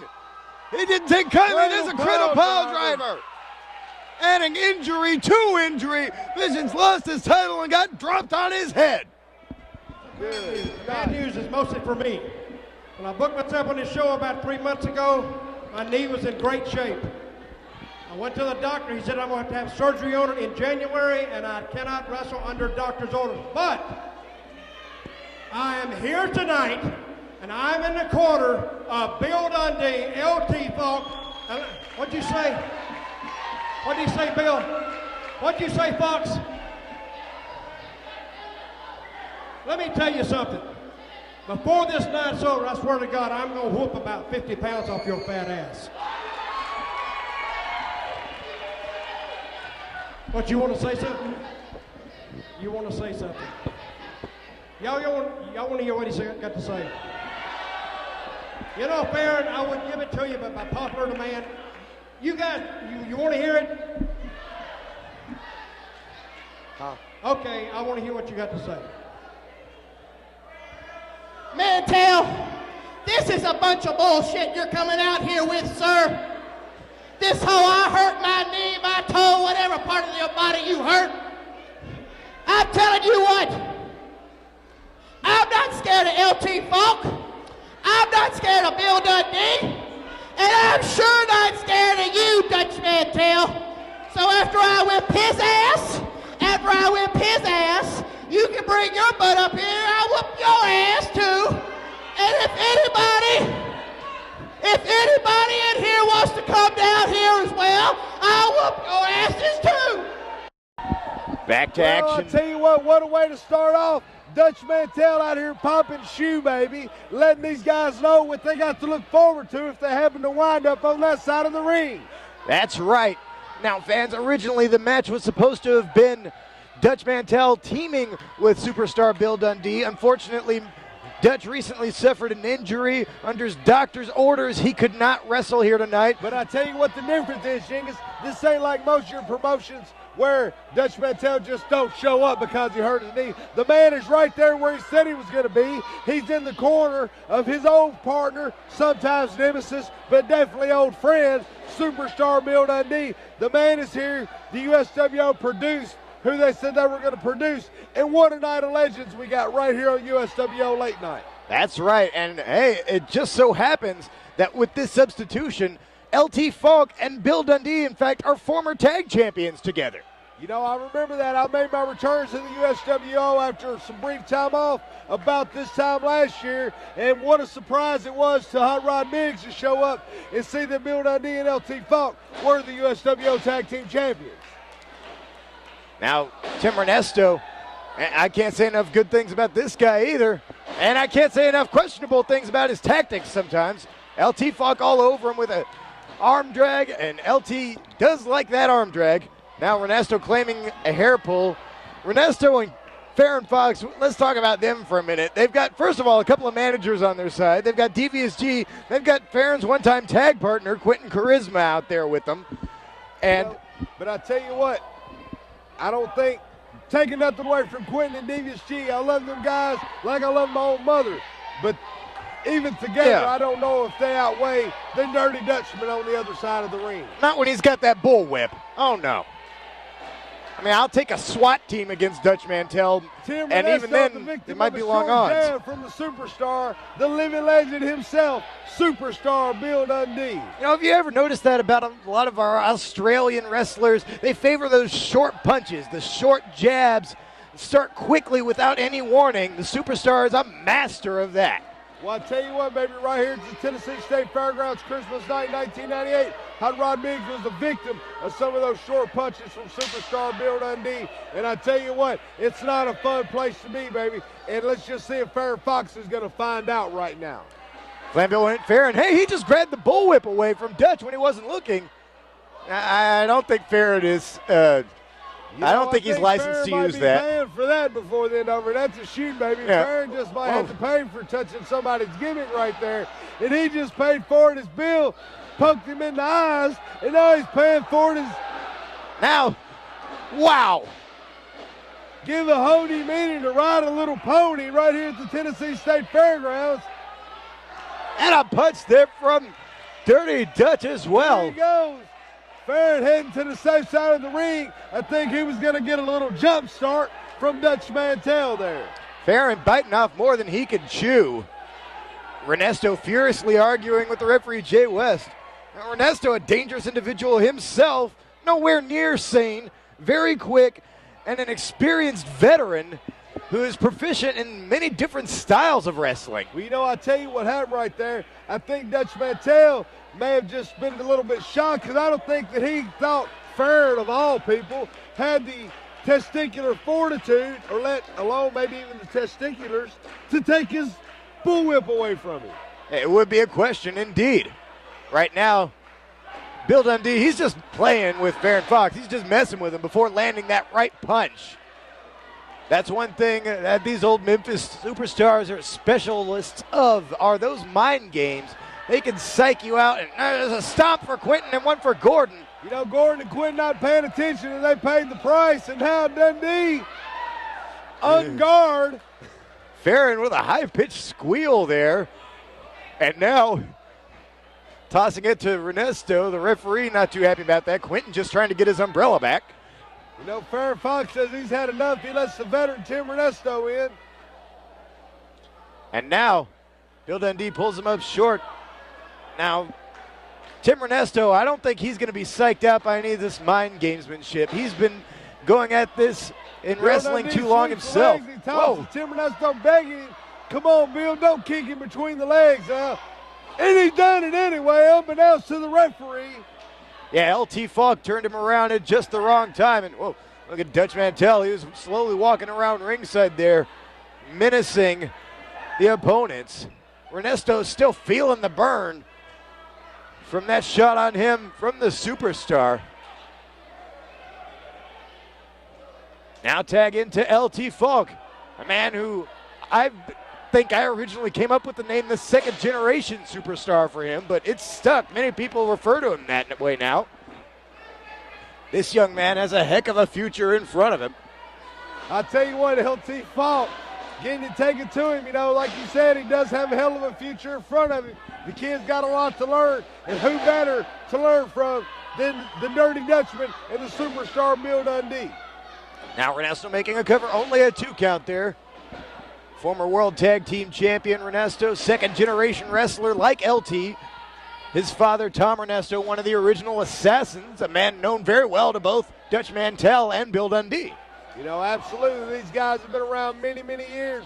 They've been in the ring with not only the best of them, but all of them, baby. If you're anybody who's anybody, they've definitely had to suffer loss at one time or another over the years to the superstar Bill Dundee and Dutch Mantell. LT Falk right there, not only receiving all that knowledge at home, but look who he's got, baby. He's got some of the greatest mentors that the wrestling business has ever produced. But even more so, he's got some chops right across the top of the head, compliments of Farron Fox.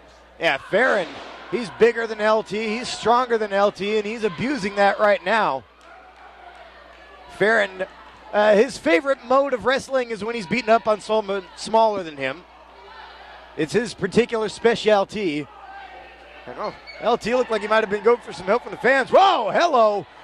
The Dirty Dutchman on patrol. You know, Quentin and Gordon trying to do their dirty work. Dutch Mantell serving his purpose well, keeping them at bay. Dutch Mantell coming in like the posse. You know, I tell you what, I'm not scared of a whole lot of things, but if Dutch Mantell come at me with a bullwhip, I think I'd be cutting a happy trail to the dressing room myself, just like Gordon and Quentin just took off. Yeah, and you'd be racing me there. Right now, hey, LT's got a pin. Sunset flip on Farron, who can't quite get up. But now he finally. It's hard to tell who got the worst end of that maneuver. Was it LT or was it Farron Fox? That could be a question that I don't think I want to answer. Right now, Ernesto, an aggressive, fearless individual. He is proficient brawler. He can fly high. He can technical wrestle. He can do it all. Ernesto down in the ear taunting LT Falk. Now he's choking him out. Ernesto, in fact, one of LT's most long-standing opponents since the Hero Killers. He's been wrestling LT since some of LT's very first matches. Now, Gordon, now that Dutchman's not coming at him with a bullwhip, now he's talking big and bad. Now, nice move from Ernesto, flipping LT over. Only a 2 count. You know, there's that ring experience of Tim Ernesto. As soon as LT kicked out, tried to get away from him, Tim Ernesto tied him up like a pretzel, brought him over to the corner, and made the tag. to Farron Fox. Flamboyant Farron Fox, if I may. Yes. Sometimes he insists on that. Farron. Snapmare, and now Farron, he's trying to slow things down. He's trying to take the energetic youngster out of his game and into Farron's. A more deliberately paced match. And once again, Quentin and Gordon overstepping their welcome, and they're being chased off. Dutch Mantel got the umbrella. Quentin Charisma called Quentin slipping. Looked like he was going to hurl it at him like an old-fashioned lawn dart. Took a souvenir with him. I don't think Quentin's getting that umbrella back anytime soon, if ever. You know, the Dirty Dutchman from Oil Trough, Texas. A lot of dirty things go down in Oil Trough, Texas. Dutch Mantel's been all over the world, and can you imagine if he grew up in such a rough place, can you imagine what kind of demented thoughts could be going through that mind at this point in his career? Scoop slam from Tim Ernesto. I don't know. I don't want to know what Dutch Mantel is thinking about. It would probably scare me. Ernesto now. Whoa! Saw the Tim from Tim Ernesto. Nobody home. The Ernesto salt got nothing. LT got out of the way just in time. Beautiful move. Trying to give LT a little word of advice, trying to get him over to get the tag. Ernesto snaking his way over, trying to get to Farron Fox. He does. There's the tag, but LT tags in the superstar. Bill Dundee coming with hard right hands for both of his opponents. Just pounding away. Man, shots straight from Boise, Idaho. From Dundee, and I tell you what, nobody in the business throws him like the superstar. Certainly not. He's backing Farron across the ring. The lefts and the rights. Now, Mantel. Oh, he just popped Farron. With the whip, that was it. Superstar rolls him up. And that's all she wrote. Ladies and gentlemen, your winners, the team of Bill Dundee and LT Funk.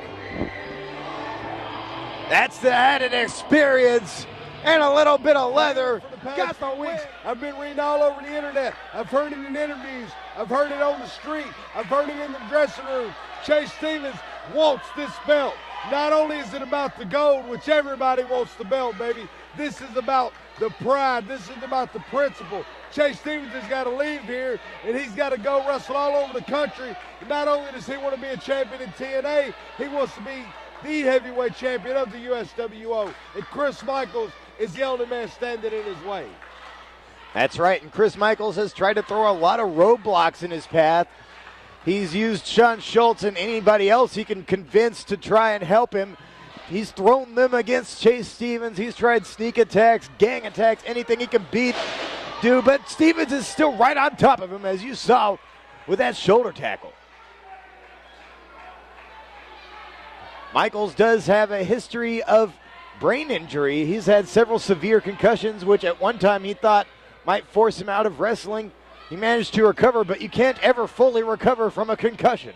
Well, no, but I'll tell you what, this man is definitely going to be at the top of his game. Chris Michaels is responsible for a large number, a significant number of the talent that is successful in this business today. Chris Michael has trained them all. Chris Michael has beat them all. He has beat them all up.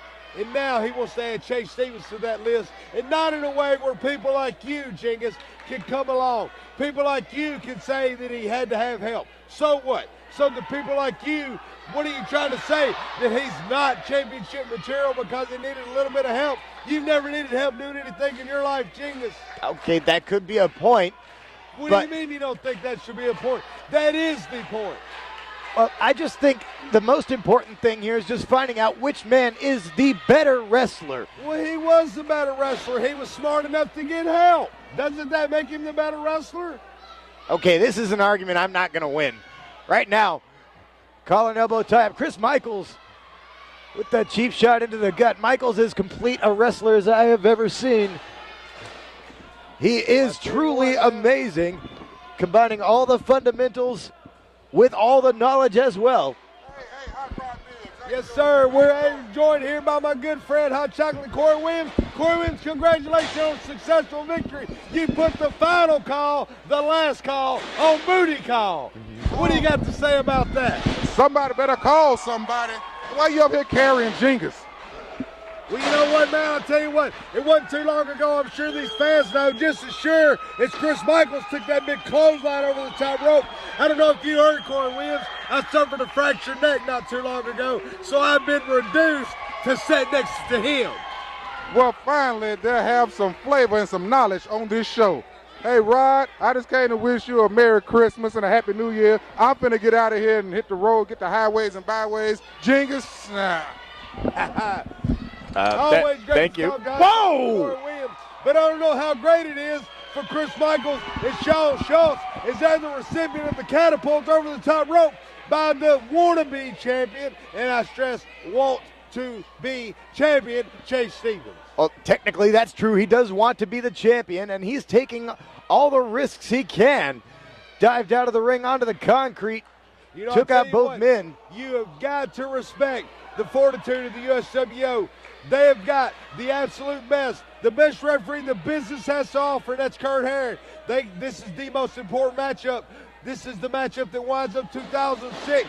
Who better to call it than the greatest official the business has to offer? That's right, and it's a pleasure and an honor to have Kurt here with us officiating tonight. And now we could have found a weakness on Chase Stevens. Chase came back in the ring favoring that leg, and Chris Michaels has just latched onto it like a shark smelling blood. Well, I tell you what, Chris Michaels is going for the wheels, baby. You can't drive a car with a flat tire, and you can't win a wrestling match with one knee. That's exactly what Chris Michaels is trying to do.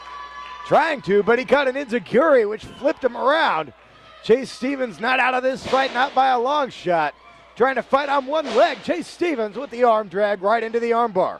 You know, what a pretty arm drag, textbook arm drag by Chase Stevens on the champion.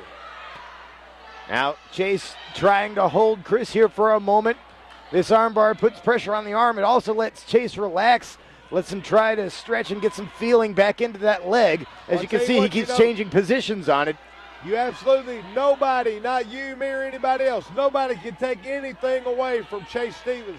This man has been in the business just a few short years, and he's already risen to the top. I mean, this guy's got a wrestling doll on the market, for Christ's sake. You know, TNA's got the big video game coming out. Don't you think that Chris Michaels wants to be a part of that? Don't you think that Chris Michaels is telling himself, and if he's not, I'm sure Shawn Schultz is telling him, beat Chase Stevens, make an example out of Chase Stevens, destroy Chase Stevens, and then you can walk in the shoes of Chase Stevens. And that is what Chris Michaels has got on the line right here in this matchup, Genghis. That's right. If you could take out somebody who has made it, who is on national TV, that makes you known just as well as them. Well, Chris Michaels knows that. Make no mistake about it, Chris Michaels, the most underrated wrestler this business has ever seen, man. Absolutely. You know, every time this guy gets in a position where he can thrust himself into the spotlight, you got some arrogant office punk that wants to hold him back. I've got all the respect in the world for Chris Michaels. Whether you like him, whether these people like him, I like him, and that should be enough. Hey, I've got all the respect for him. Chris Michaels, he harbors a lot of bitterness towards the wrestling industry for overlooking him, a lot of well-deserved bitterness. He is an awesome athlete, as good as any in the world. But right now, Chase Stevens might be his equal, might be his better. He's got Chris Michaels stuck in the Fujiwara armbar here in the middle of the ring. Well, I tell you what, man, I've seen wrestlers get jobs that couldn't lace up Chris Michaels' boots. And that's got to be eating away at Chris Michaels. 17 years as a professional wrestler, and the big money always eludes him. And now, right here, USWO Late Night, the Tennessee State Fairgrounds, 2007 is coming up. This is going to be the time of Chris Michaels. Very well could be if he retains the belt here against Chase Stevens. Chase goes back down to the bottom of the ladder contention-wise. He doesn't get any more rematches. Shawn Schultz over in the corner screaming encouragement to his man, his mentor, Chris Michaels. Well, like we said, we've never seen anybody more proud of himself than Shawn Schultz. But he's even more proud of Chris Michaels, if that's humanly possible. Right now, Chase Stevens taking the smart route, not wasting a lot of motion, taking a lot of risks now. You know, Shawn Schultz gives a whole new paragraph under the definition of narcissism, but I tell you what, as long as he is effective It doesn't matter what he thinks of himself or what he thinks of Chris Michaels. Chase Stevens now with the cross arm breaker on Chris Michaels. Michaels straining for the ropes, and he's just short of them. He can't quite make it. And oh yeah, there's Schultz to add a little extra, trying to. Kurt not letting him. But I tell you what you're seeing here, though, man. We've seen all kind of matches. What an exciting night of action it's been, as it always is. USWO Late Night, which you fans can catch every single Friday night at the Stadium Inn, downtown Nashville, Tennessee, James Robinson Parkway, right across from LP Field, the Titans football stadium. One thing you're seeing, we've seen the high flyers, we've seen the brawls, we've seen Dutch Mantel, Superstar Bill Dundee, we've seen Shoe Baby in action. But what you're seeing right now is professional wrestling personified, with the exception of those closed right fists of Chase Stevens. Now Chase ramming Chris Michaels' head into the opposite corner. You're absolutely right, Hot Rod. The main event of any wrestling show is considered the measuring stick for that show's success, and I couldn't imagine a better one than these two top caliber, world-class athletes going at it in the battle to settle it all. That's right. Whoa, making his presence known as Chase Stevens gets a face full of steel right there in the turnbuckle. Okay. The only one that doesn't have padding. Yeah, wait a minute. Removed. Yeah, when did that happen? Quote, by Sean Schultz. Where are you, man, genius? What the hell do you think Sean Schultz has been doing? Sitting over there twiddling his thumbs? He was undoing the turnbuckle. The referee realizes this. He saw the interference. He's having Sean Schultz ejected from ringside. To the back with help security and a couple of other referees. I told you, Kurt Herron, the greatest referee the business has to offer at this point. And let's see if that helps out Chase Stevens any. You were arguing for a fair fight. Here's your fair fight. Let's see if Chase can carry the ball. Well, that's right. Well, Chase might be behind the ball, the 8-ball as it were. Chase right now he's fighting it back. Wide open from that turnbuckle. Ooh. Jesus, look at there. Yeah, that is a nasty laceration on the face of Chase Stevens. It's already turning his hair red. Chase Stevens has been contused in this match off of that shot on the turnbuckle. It's hurt him badly. Chase Stevens spaghetti-legged at the moment as Chris Michaels just wearing out, trying to open up that cut deeper and deeper with every punch. Chris Michaels indeed going to town, targeting that cut with every one of those punches, trying to gouge it wider and wider open, trying to spill more of his opponent's blood. Michaels not satisfied. We're going for the pin attempt right now. He wants to punish Stevens for having Sean Schultz removed. Absolutely. It's all his fault. He's got the bloodlust on him right now, does Chris Michaels. Now going for the cover. Referee counting one. Oh, only a 1 count. Chase Stevens kicking out looked like almost on instinct. Now what a matchup right here on USWO Late Night. I tell you what, man. You know, if you play with fire, you get burned. You play with water, you're liable to drown. You go playing with Chris Michaels, Lord knows what you're going to get, Jingus. Yeah, you're going to get bloodied up right in the middle of the ring. And Hot Rod, you've spent your fair share of time bleeding. Tell me about the physical effects, what it takes out of you to be bleeding in the ring. Well, I tell you what, man, the very first effect that a lot of people at home is not going to be able to relate to this, but I'm going to tell you, the very first thing that happens is the blood goes into your eyes, and you can't see, Jingus. You go to wipe it away, you got sweat on your hands, and it's almost like a gray film. And as the blood continues to pour, your oxygen's pumping and pumping and pumping, and your heart beats up, and you're starting to panic. And all in the sense of that, you've got to realize you've got a wrestling match to return to. You've got an opponent who is beating the hell out of you, and all you can see is gray and red. That was poetry. But right now, the face of Chase Stevens, that's more like a bad dream. Looks like he's been just dragged down the road face first. Well, you know, think about this, Jingus. Any of these idiots sitting at home watching this program right now, if they get a cut on their hand, if they get a cut on their arm, what do? They stop what they're doing. They go put a bandage on it. They're not out there running the ropes. They're not out there getting your cut pounded on and pounded on and pounded on. That's what's happening to Chase Stevens. I hope he bleeds to death. I hope Chris Michaels is responsible for it, and I hope he leaves here as the USWO champion. Wow, only a 2 count there. Well, those first 2 hopes, those are a little strong.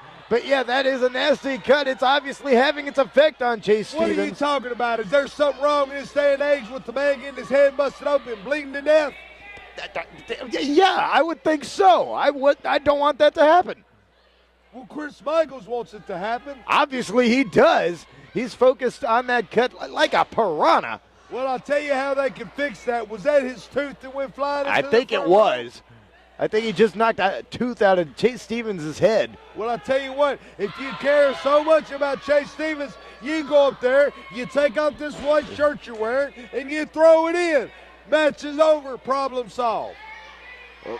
I don't think I have the authority to do that. I don't think Chase Stevens would want me to. I have all the respect in the world for Chase Stevens. Whoa! You're done. But maybe he's not done, genius, as he moved out of the way and Chris Michaels took one hell of a turnbuckle shot. I don't know if that was intentional. If not, Chase Stevens just got a lucky break there, falling out of the corner just in time for Chris Michaels to plaster himself right onto the corner, onto those turnbuckles. But Chase Stevens is bleeding. Chris Michaels is not. With every drop of blood, that's one less ounce of energy. That's one less drop of life that you got in your body as it's pouring down the face of Chase Stevens. That's right, and Stevens knows that. He's trying to get his wits about him to get back in this thing. Right hands on Chris Michaels, repeatedly knocking the champ down. Chase Stevens, he's walking slow, but he's still walking. Now. Indeed, Michaels cut open on the forehead. The right hands of Chase Stevens have taken their toll. Pounding away with every inch of strength in his body. And those knuckles have got to be battered and sore. His body's got to be screaming in agony from head to toe, but Chase Stevens keeps fighting. Reversal by Michaels. Big knee to the gut. Chase Stevens is up and over, and it just don't look like bloody or not. It still looks like Chris Michaels right now is your headliner. He's your champion, and he's obviously at this moment the better man. Right now, Chris Michaels is the one on his feet. Chase Stevens is down on his face trying to get his wits about him. Listen, we can't gas him up, baby. Go, Chris, go! What? Go, Chris, go! What? That's right, baby. What are you doing? A little bit of encouragement. I had to add a little bit of encouragement to this show. What are you talking about? Okay. This is my show. This is his show. I can do anything I want to, baby. I'm Hot Rod Biggs, and if I want to help that man out, I have every right to. You mind your own business, Genius. Okay, but I don't think it worked. I think I hear a go Chase go chant in the audience, and now Chase trying to fight back. There was a headbutt to the midsection. Come on, Chris, baby. I know you can do it. You can do it, baby. I'm on the sidelines, and I can't do it, but you can do it for me, Chris. You can do it for all these people sitting at home. They want to see you win the title. These people don't want to see Chase Stevens at the top of the USWO. They want to see the headliner in his proper place in all the glory of the gold of the USWO. Hot Rod, that's bull. I'm sorry. Chase Stevens is the one the people are cheering for here tonight. He's the one they want to see as champion. He's the one Chris Michaels is pounding with the right hands. These people got behind me. I said, go, Chris, go, and they come to their feet. Did you not hear them? Yeah, booing at you. Right now, where's Chris going? Chris just hopped out of the ring. Chase Stevens over there lying on his back, just short of the ring ropes. What is Chris Michaels doing? Referee's counting. Did he hit his head on the fall over the top, Jingus? I don't know. I can't see over there. I think Chris is just hiding out on the floor. No, we can't see from our live vantage point. We definitely can't see on the monitors, but something's got to be going on. It's so unlike Chris Michaels, especially in the absence of Sean Schultz, to be out of the ring so long. Here he comes, finally. Oh, Chase Stevens attacks him. By the bloodied but not beaten Chase Stevens. I think Chris was just taking a break, trying to recuperate from some of the wear and tear from this match. Chase Stevens is not letting him get back inside the ring. Not easy. These two exchanging punches up and down from off the apron. There's a boot to the head from Chase. Both of these men are giving it their all with the championship on the line, baby. USWO, They're pulling out all the stops. Chase Stevens calling for the fans to move out of the way. I think Chase has some plans that involve Chris Michaels, some steel chairs, and a meeting of the two. Well, Michaels reversed it. Wow! Chase Stevens up and over, full flip into the steel chairs. He shot him about 6 rows back, Jingus. Chase just wiped out at least a dozen chairs in a row with his own body. You can see the fans back there past the back row of seats, looking down in concern at Chase Stevens. Well, you know what Chris Michaels needs to do now? He needs to get back in the ring. He needs to pull the referee in with him, and he needs to take the 10 count. Baby, he leaves with the gold. End of his night. That could be true. That'd be right. He would win the match. He would keep his belt. But Chris, I don't think he's even thinking of that right now. He is so focused on Chase Stevens, on attacking and attacking Chris that man. Michaels waiting on him with a steel chair. Right to the gut, Jenkins. Chris Michaels takes him. Big gut shot with a steel chair. That's right, Chris Michaels. Chase Stevens trying desperately to make his way back to the ring. Oh! And Chris just smashed another him. Chair shot from the headliner, Chris Michaels. That's why he's your USWO champion, Jingus. Chris Michaels willing to take any and all chances, willing to do anything to retain that heavyweight title. Both men bloody, but only one man's going to be beaten. Chase Stevens blocks. Chris Michaels trying to slam him into the ring post. Chase Stevens is blocking it. Gut shot. And this time, Michaels meets the steel. What a shot. The ring moved 3-4 inches on that one, Jingus. Yeah, they shook the ring, and both men fell down off the impact. Referee Kurt Herron out there checking on both men. Come on, Nashville. Go, Chris, go. Go, Chris, go. Go, Chris, go. Okay, can you quit doing that now? What do you not. mean, man? Wow, there's Chase is telling you you're number one. My friend, man, I'm trying to listen to support to my friend. What are you talking about? These people love him. Listen to him. They're coming alive finally, Jingus. They're coming alive, baby. Yeah, coming alive. Go, Chase, go. No. Go, Chase, go. That's what we're hearing. Right now, both men exchanging fists on the floor, right amongst the fans there. Chris Michaels, baby, I know you can do it. I tell you what, me and Chris Michaels have had some legendary battles. We beat each other from pillar to post, and I know what kind of man Chris Michaels is. I've had a few run-ins with Chase Stevens, and I'm not taking nothing away from him, baby. He's proven himself among the greatest athletes in the world. But they're both bloody. One of them's got to be beaten, and for my money tonight, the winner is going to be Chris Michaels. Could be. Right now, Michaels hung like a piece of laundry over that second rope. Chase Stevens took the advantage. He had the momentum for a second, and momentum. There, Chase Stevens going to the outside. There's a leg drop. Guillotine leg drop. Didn't get Michaels quite over, and now he's gone. Michaels back to the floor once again, but Stevens still down there as well. He had to land pretty hard off of that move. That had its effect on the man who threw it as well as the man who took it. You know, the people are starting to get behind Chase Stevens. I guess these people really do want to see him come out as the USWO heavyweight champion. But I tell you what, Jingus, my money is on Chris Michaels to come out on top here. It's been such an even match, back and forth. One man has the upper hand, then the other. There's been no one man throughout this match who you can clearly call the better of the two. These guys are going to have to reach down. Oh, he reached up and caught him with a jaw jacker.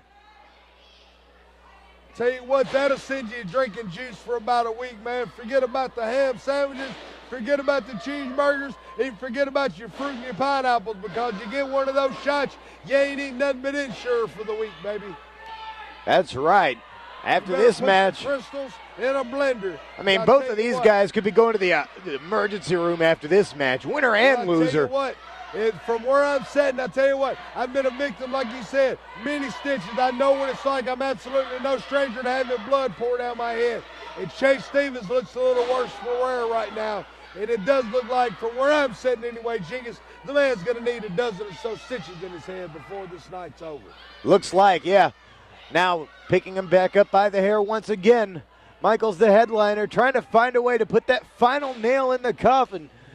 to put Chase Stevens away. I think he's going to have to nail him with that super kick, his favorite move. Well, let's see if this does it. USWO title. No. And Chase Stevens somewhere found the audacity to kick out.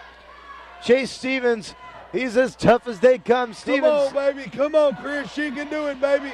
I know you can do it, Chris. Come on, baby. Come on, Chris. Chris with a positively satanic Chris look on his face.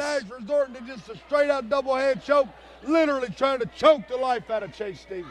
That's right, he was. Chase Stevens just trying to get back to his feet, trying to get back to a vertical base. Michaels not allowing him, attacking him on those ropes, not letting him have an instant to recover. You know, these guys been going in excess of 25 minutes right now. Chase Stevens has been bleeding for about 18 of them. And I tell you what, Chris Michaels, the damage could already be done on Chase Stevens. My money still is going to remain on Chris Michaels. Well, Chase does appear to have the larger cut. He is bleeding more heavily. He's been bleeding longer. Well, let's not forget what happened, baby. He had himself bridged nice and pretty up on the top turnbuckle with his legs around Chris Michaels' head, trying to spin into a head scissors, and Sean Schultz relieved him of his brace. Bam! That's head right. Into the steel turn, the uncovered steel turnbuckle, might I add. Absolutely. And yet, somehow, despite all that, Chase Stevens still trying to fight back. Look, nearly 3/4 of this crowd right now on their feet, all cheering, go Chase, go. Indeed, the fans here at the Tennessee State Fairgrounds on their feet, watching these two warriors, these two gladiators. It's a war of attrition. These two just pounding on each other, and the first man to drop loses. Nobody's going to say die in this one. This is for all the marbles. This is for all the bragging rights. This is for the man who is going to walk into 2007 representing the United States Wrestling Organization all across the world. And Chase Stevens Mountain, what a hell of a comeback by Chase Stevens. Stevens doing the impossible, backbody drop. Backdrop, humongous backdrop in the crowd. Everybody's on their feet now. Now whipping him across. Chris. Big flying burrito, flying forward, kip up by, oh my goodness, Chase Stevens. Kicks it low and drops him with the axe kick. Be it. Could be all she wrote. 1 and 2. No. Chris Michael just barely out. Oh, now excuse me. That was only a 2 count. That was only a 2 count. I tell you what. I think our bell ringer got caught up in the action. Thought it was a 3 count. That was only a 2. We're still in this one. Title still on the line. Chris Michaels not ready to give up yet. Had a good flurry of comebacks by Chase Stevens, but Chris Michaels is still able to pass those unsurmountable odds and keep Chase at bay. Now gets run in right into the boot from Chris Michaels. Into a power slam from Chase Stevens. He's got the cover. Could be all. Could be it. No. Michaels, by just a fraction of an inch, retains his championship. Everybody's standing here. I'm 30 feet away from the ring, and I feel like standing and applauding these two men for the amazing show of guts they have put on here tonight. But there can only be one winner. There can only be one champion. Who will be the face, the figurehead of the USWO going into the new year? Will it be Chase Stevens or Chris Michaels? Now trying for it. He was trying for a pile driver. Didn't get it. Chris missed that one at all. Referee Kurt Aaron catches the big clothesline for Chase Stevens. Bad news. There's a double shot. Goes down to knee, swing it, go down to the neck breaker. Chris Michaels has got him. That's it. 1, 2, and 3. Perhaps could have got it. Here's referee Anthony Cervantes in to count. Only a 2. Chase kicked out. What the hell, Jingles? What did we just witness? That should have been it. If the referee had gotten his lazy, dizzy-headed self up, that would have been it. You said or you heard me count 3. This referee takes him 3 seconds to get there. Then he counts 2. That's 5 seconds. Your champion is Chase Stevens. I don't care how this turns out. Well, officially, the match is still underway. Referee Anthony Cervantes now taking place of the original official Kurt Herron, who was knocked out of this thing by a wayward shot. Not intentional, but nonetheless rang his bell pretty good. Right now, Chris Michaels, setting Chase precariously on the top. What's he gonna do with him? Chris Michaels following him up there. He's got a plan in mind. Like we said, man, Chris Michaels trained a lot of successful men in this business. He's the innovator of many offensive maneuvers. That's right. Both men, man, this is dangerous territory right here. Both men jockeying for position. Michaels now standing on the top rope, trying to pull Stevens up. Over here, you can see the angle. We're up close and personal. Whoa! Big belly-to-back suplex over the top rope. Can you believe what you just saw, Genghis?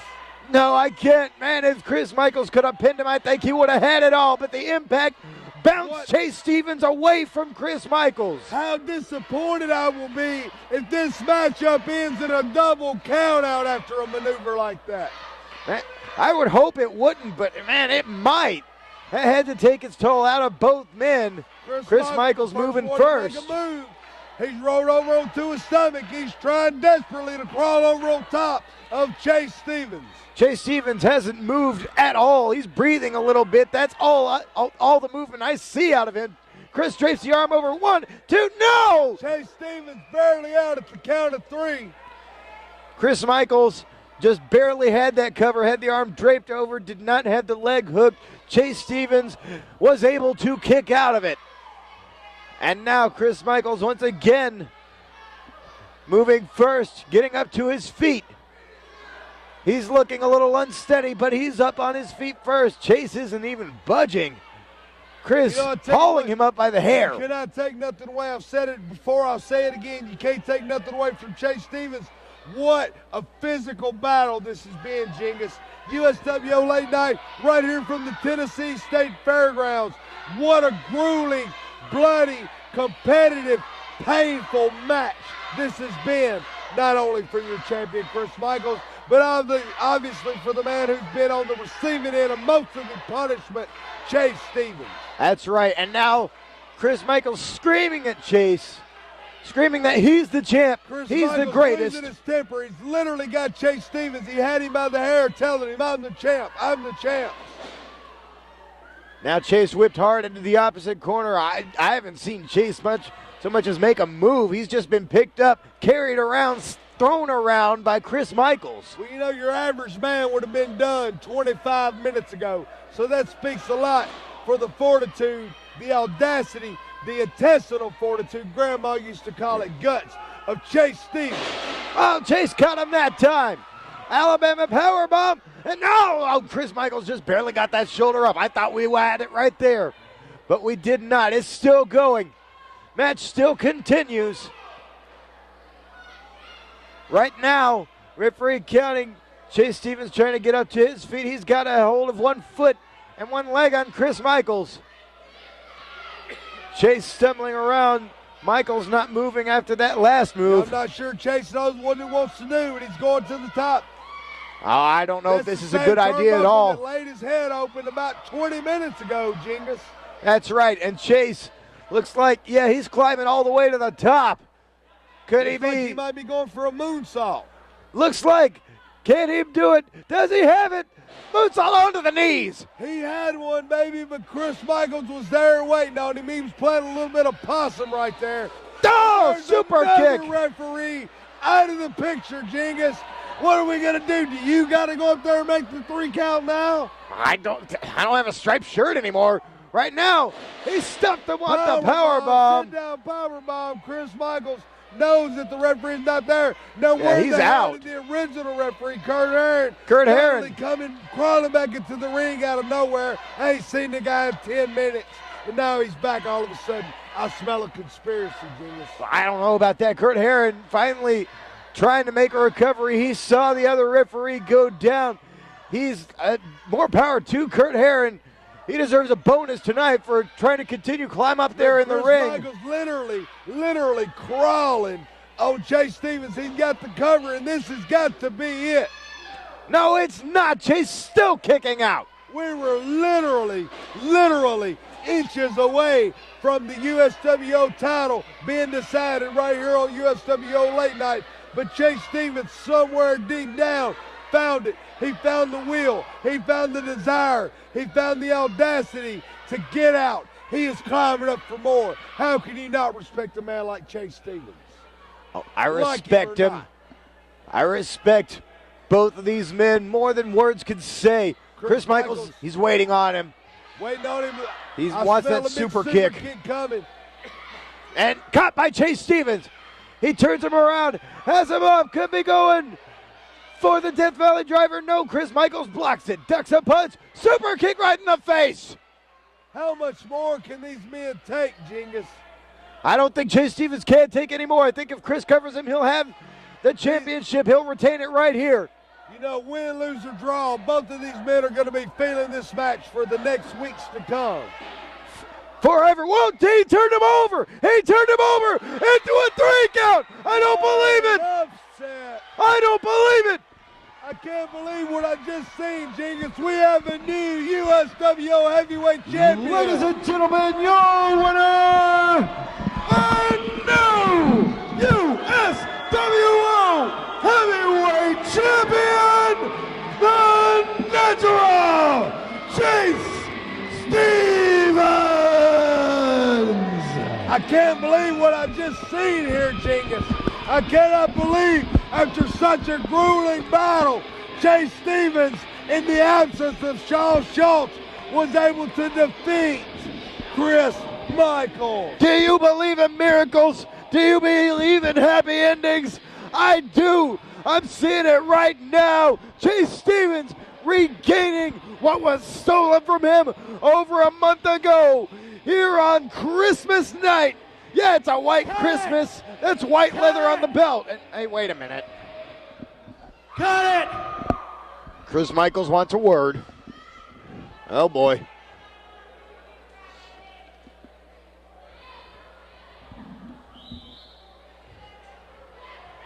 Chase Stevens.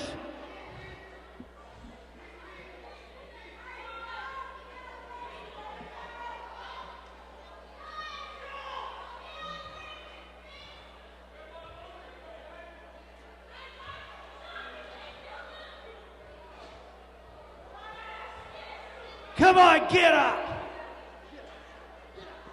Not a good situation here. Chase Stevens, he won the belt, but Chris Michaels and Shawn Schultz in there, he may end up losing the war.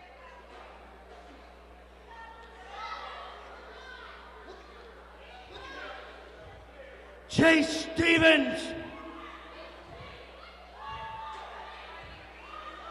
Tonight, you were the better man.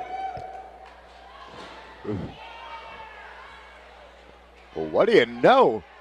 A rare show of sportsmanship from Chris Michaels. He just admitted out loud in front of 300 plus fans. Too happy about what Chris Michaels just said. Yeah, Chris Michaels saying that at least for tonight, Chase Stevens was the better man. And you know, I've got to give credit where it's due. You can't take anything away from him. Hey, the man is holding, clutched in his arms, the USWO Heavyweight Championship. And what a hard-fought battle it was. And Michaels, I guess, finally had enough of the toady Shawn Schultz shoving him away. Champ. Stand up.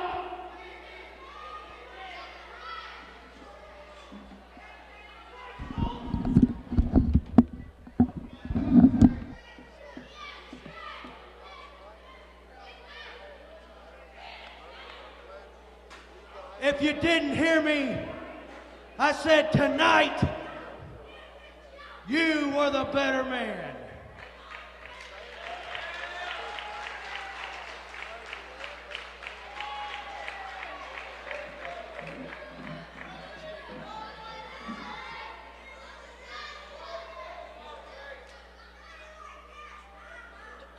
Shut up.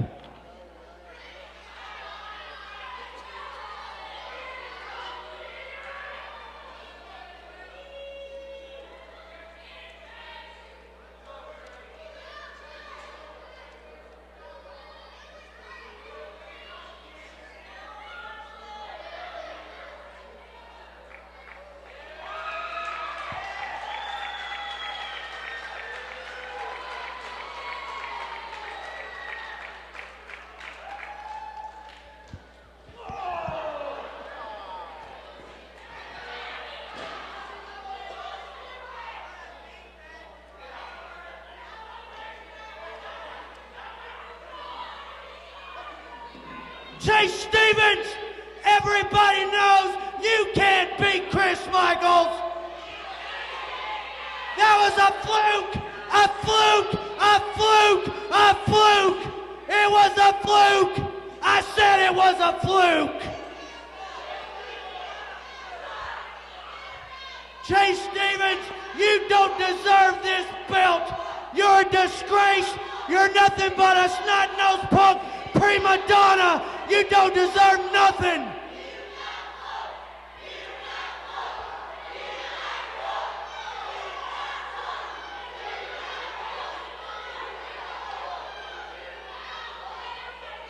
Shut up for just 1 second. Chase Stevens, I'll say it where everybody can see it. Chase Stevens, this coming Friday night, I want my rematch. I want my rematch this Friday night. Do you understand what I'm saying? Shut up, fatty.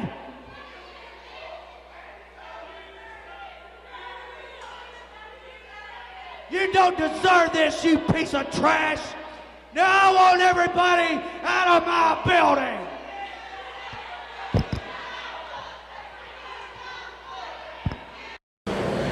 Chris Michaels, what you did Christmas, what you did tonight, it's not gonna happen December 29th. Sean Schultz, you always like to put your nose where it doesn't belong. I'm coming prepared the 29th. I'm not going to the hospital tonight. I'm gonna go home. I'm gonna watch this match. I'm gonna prepare. I got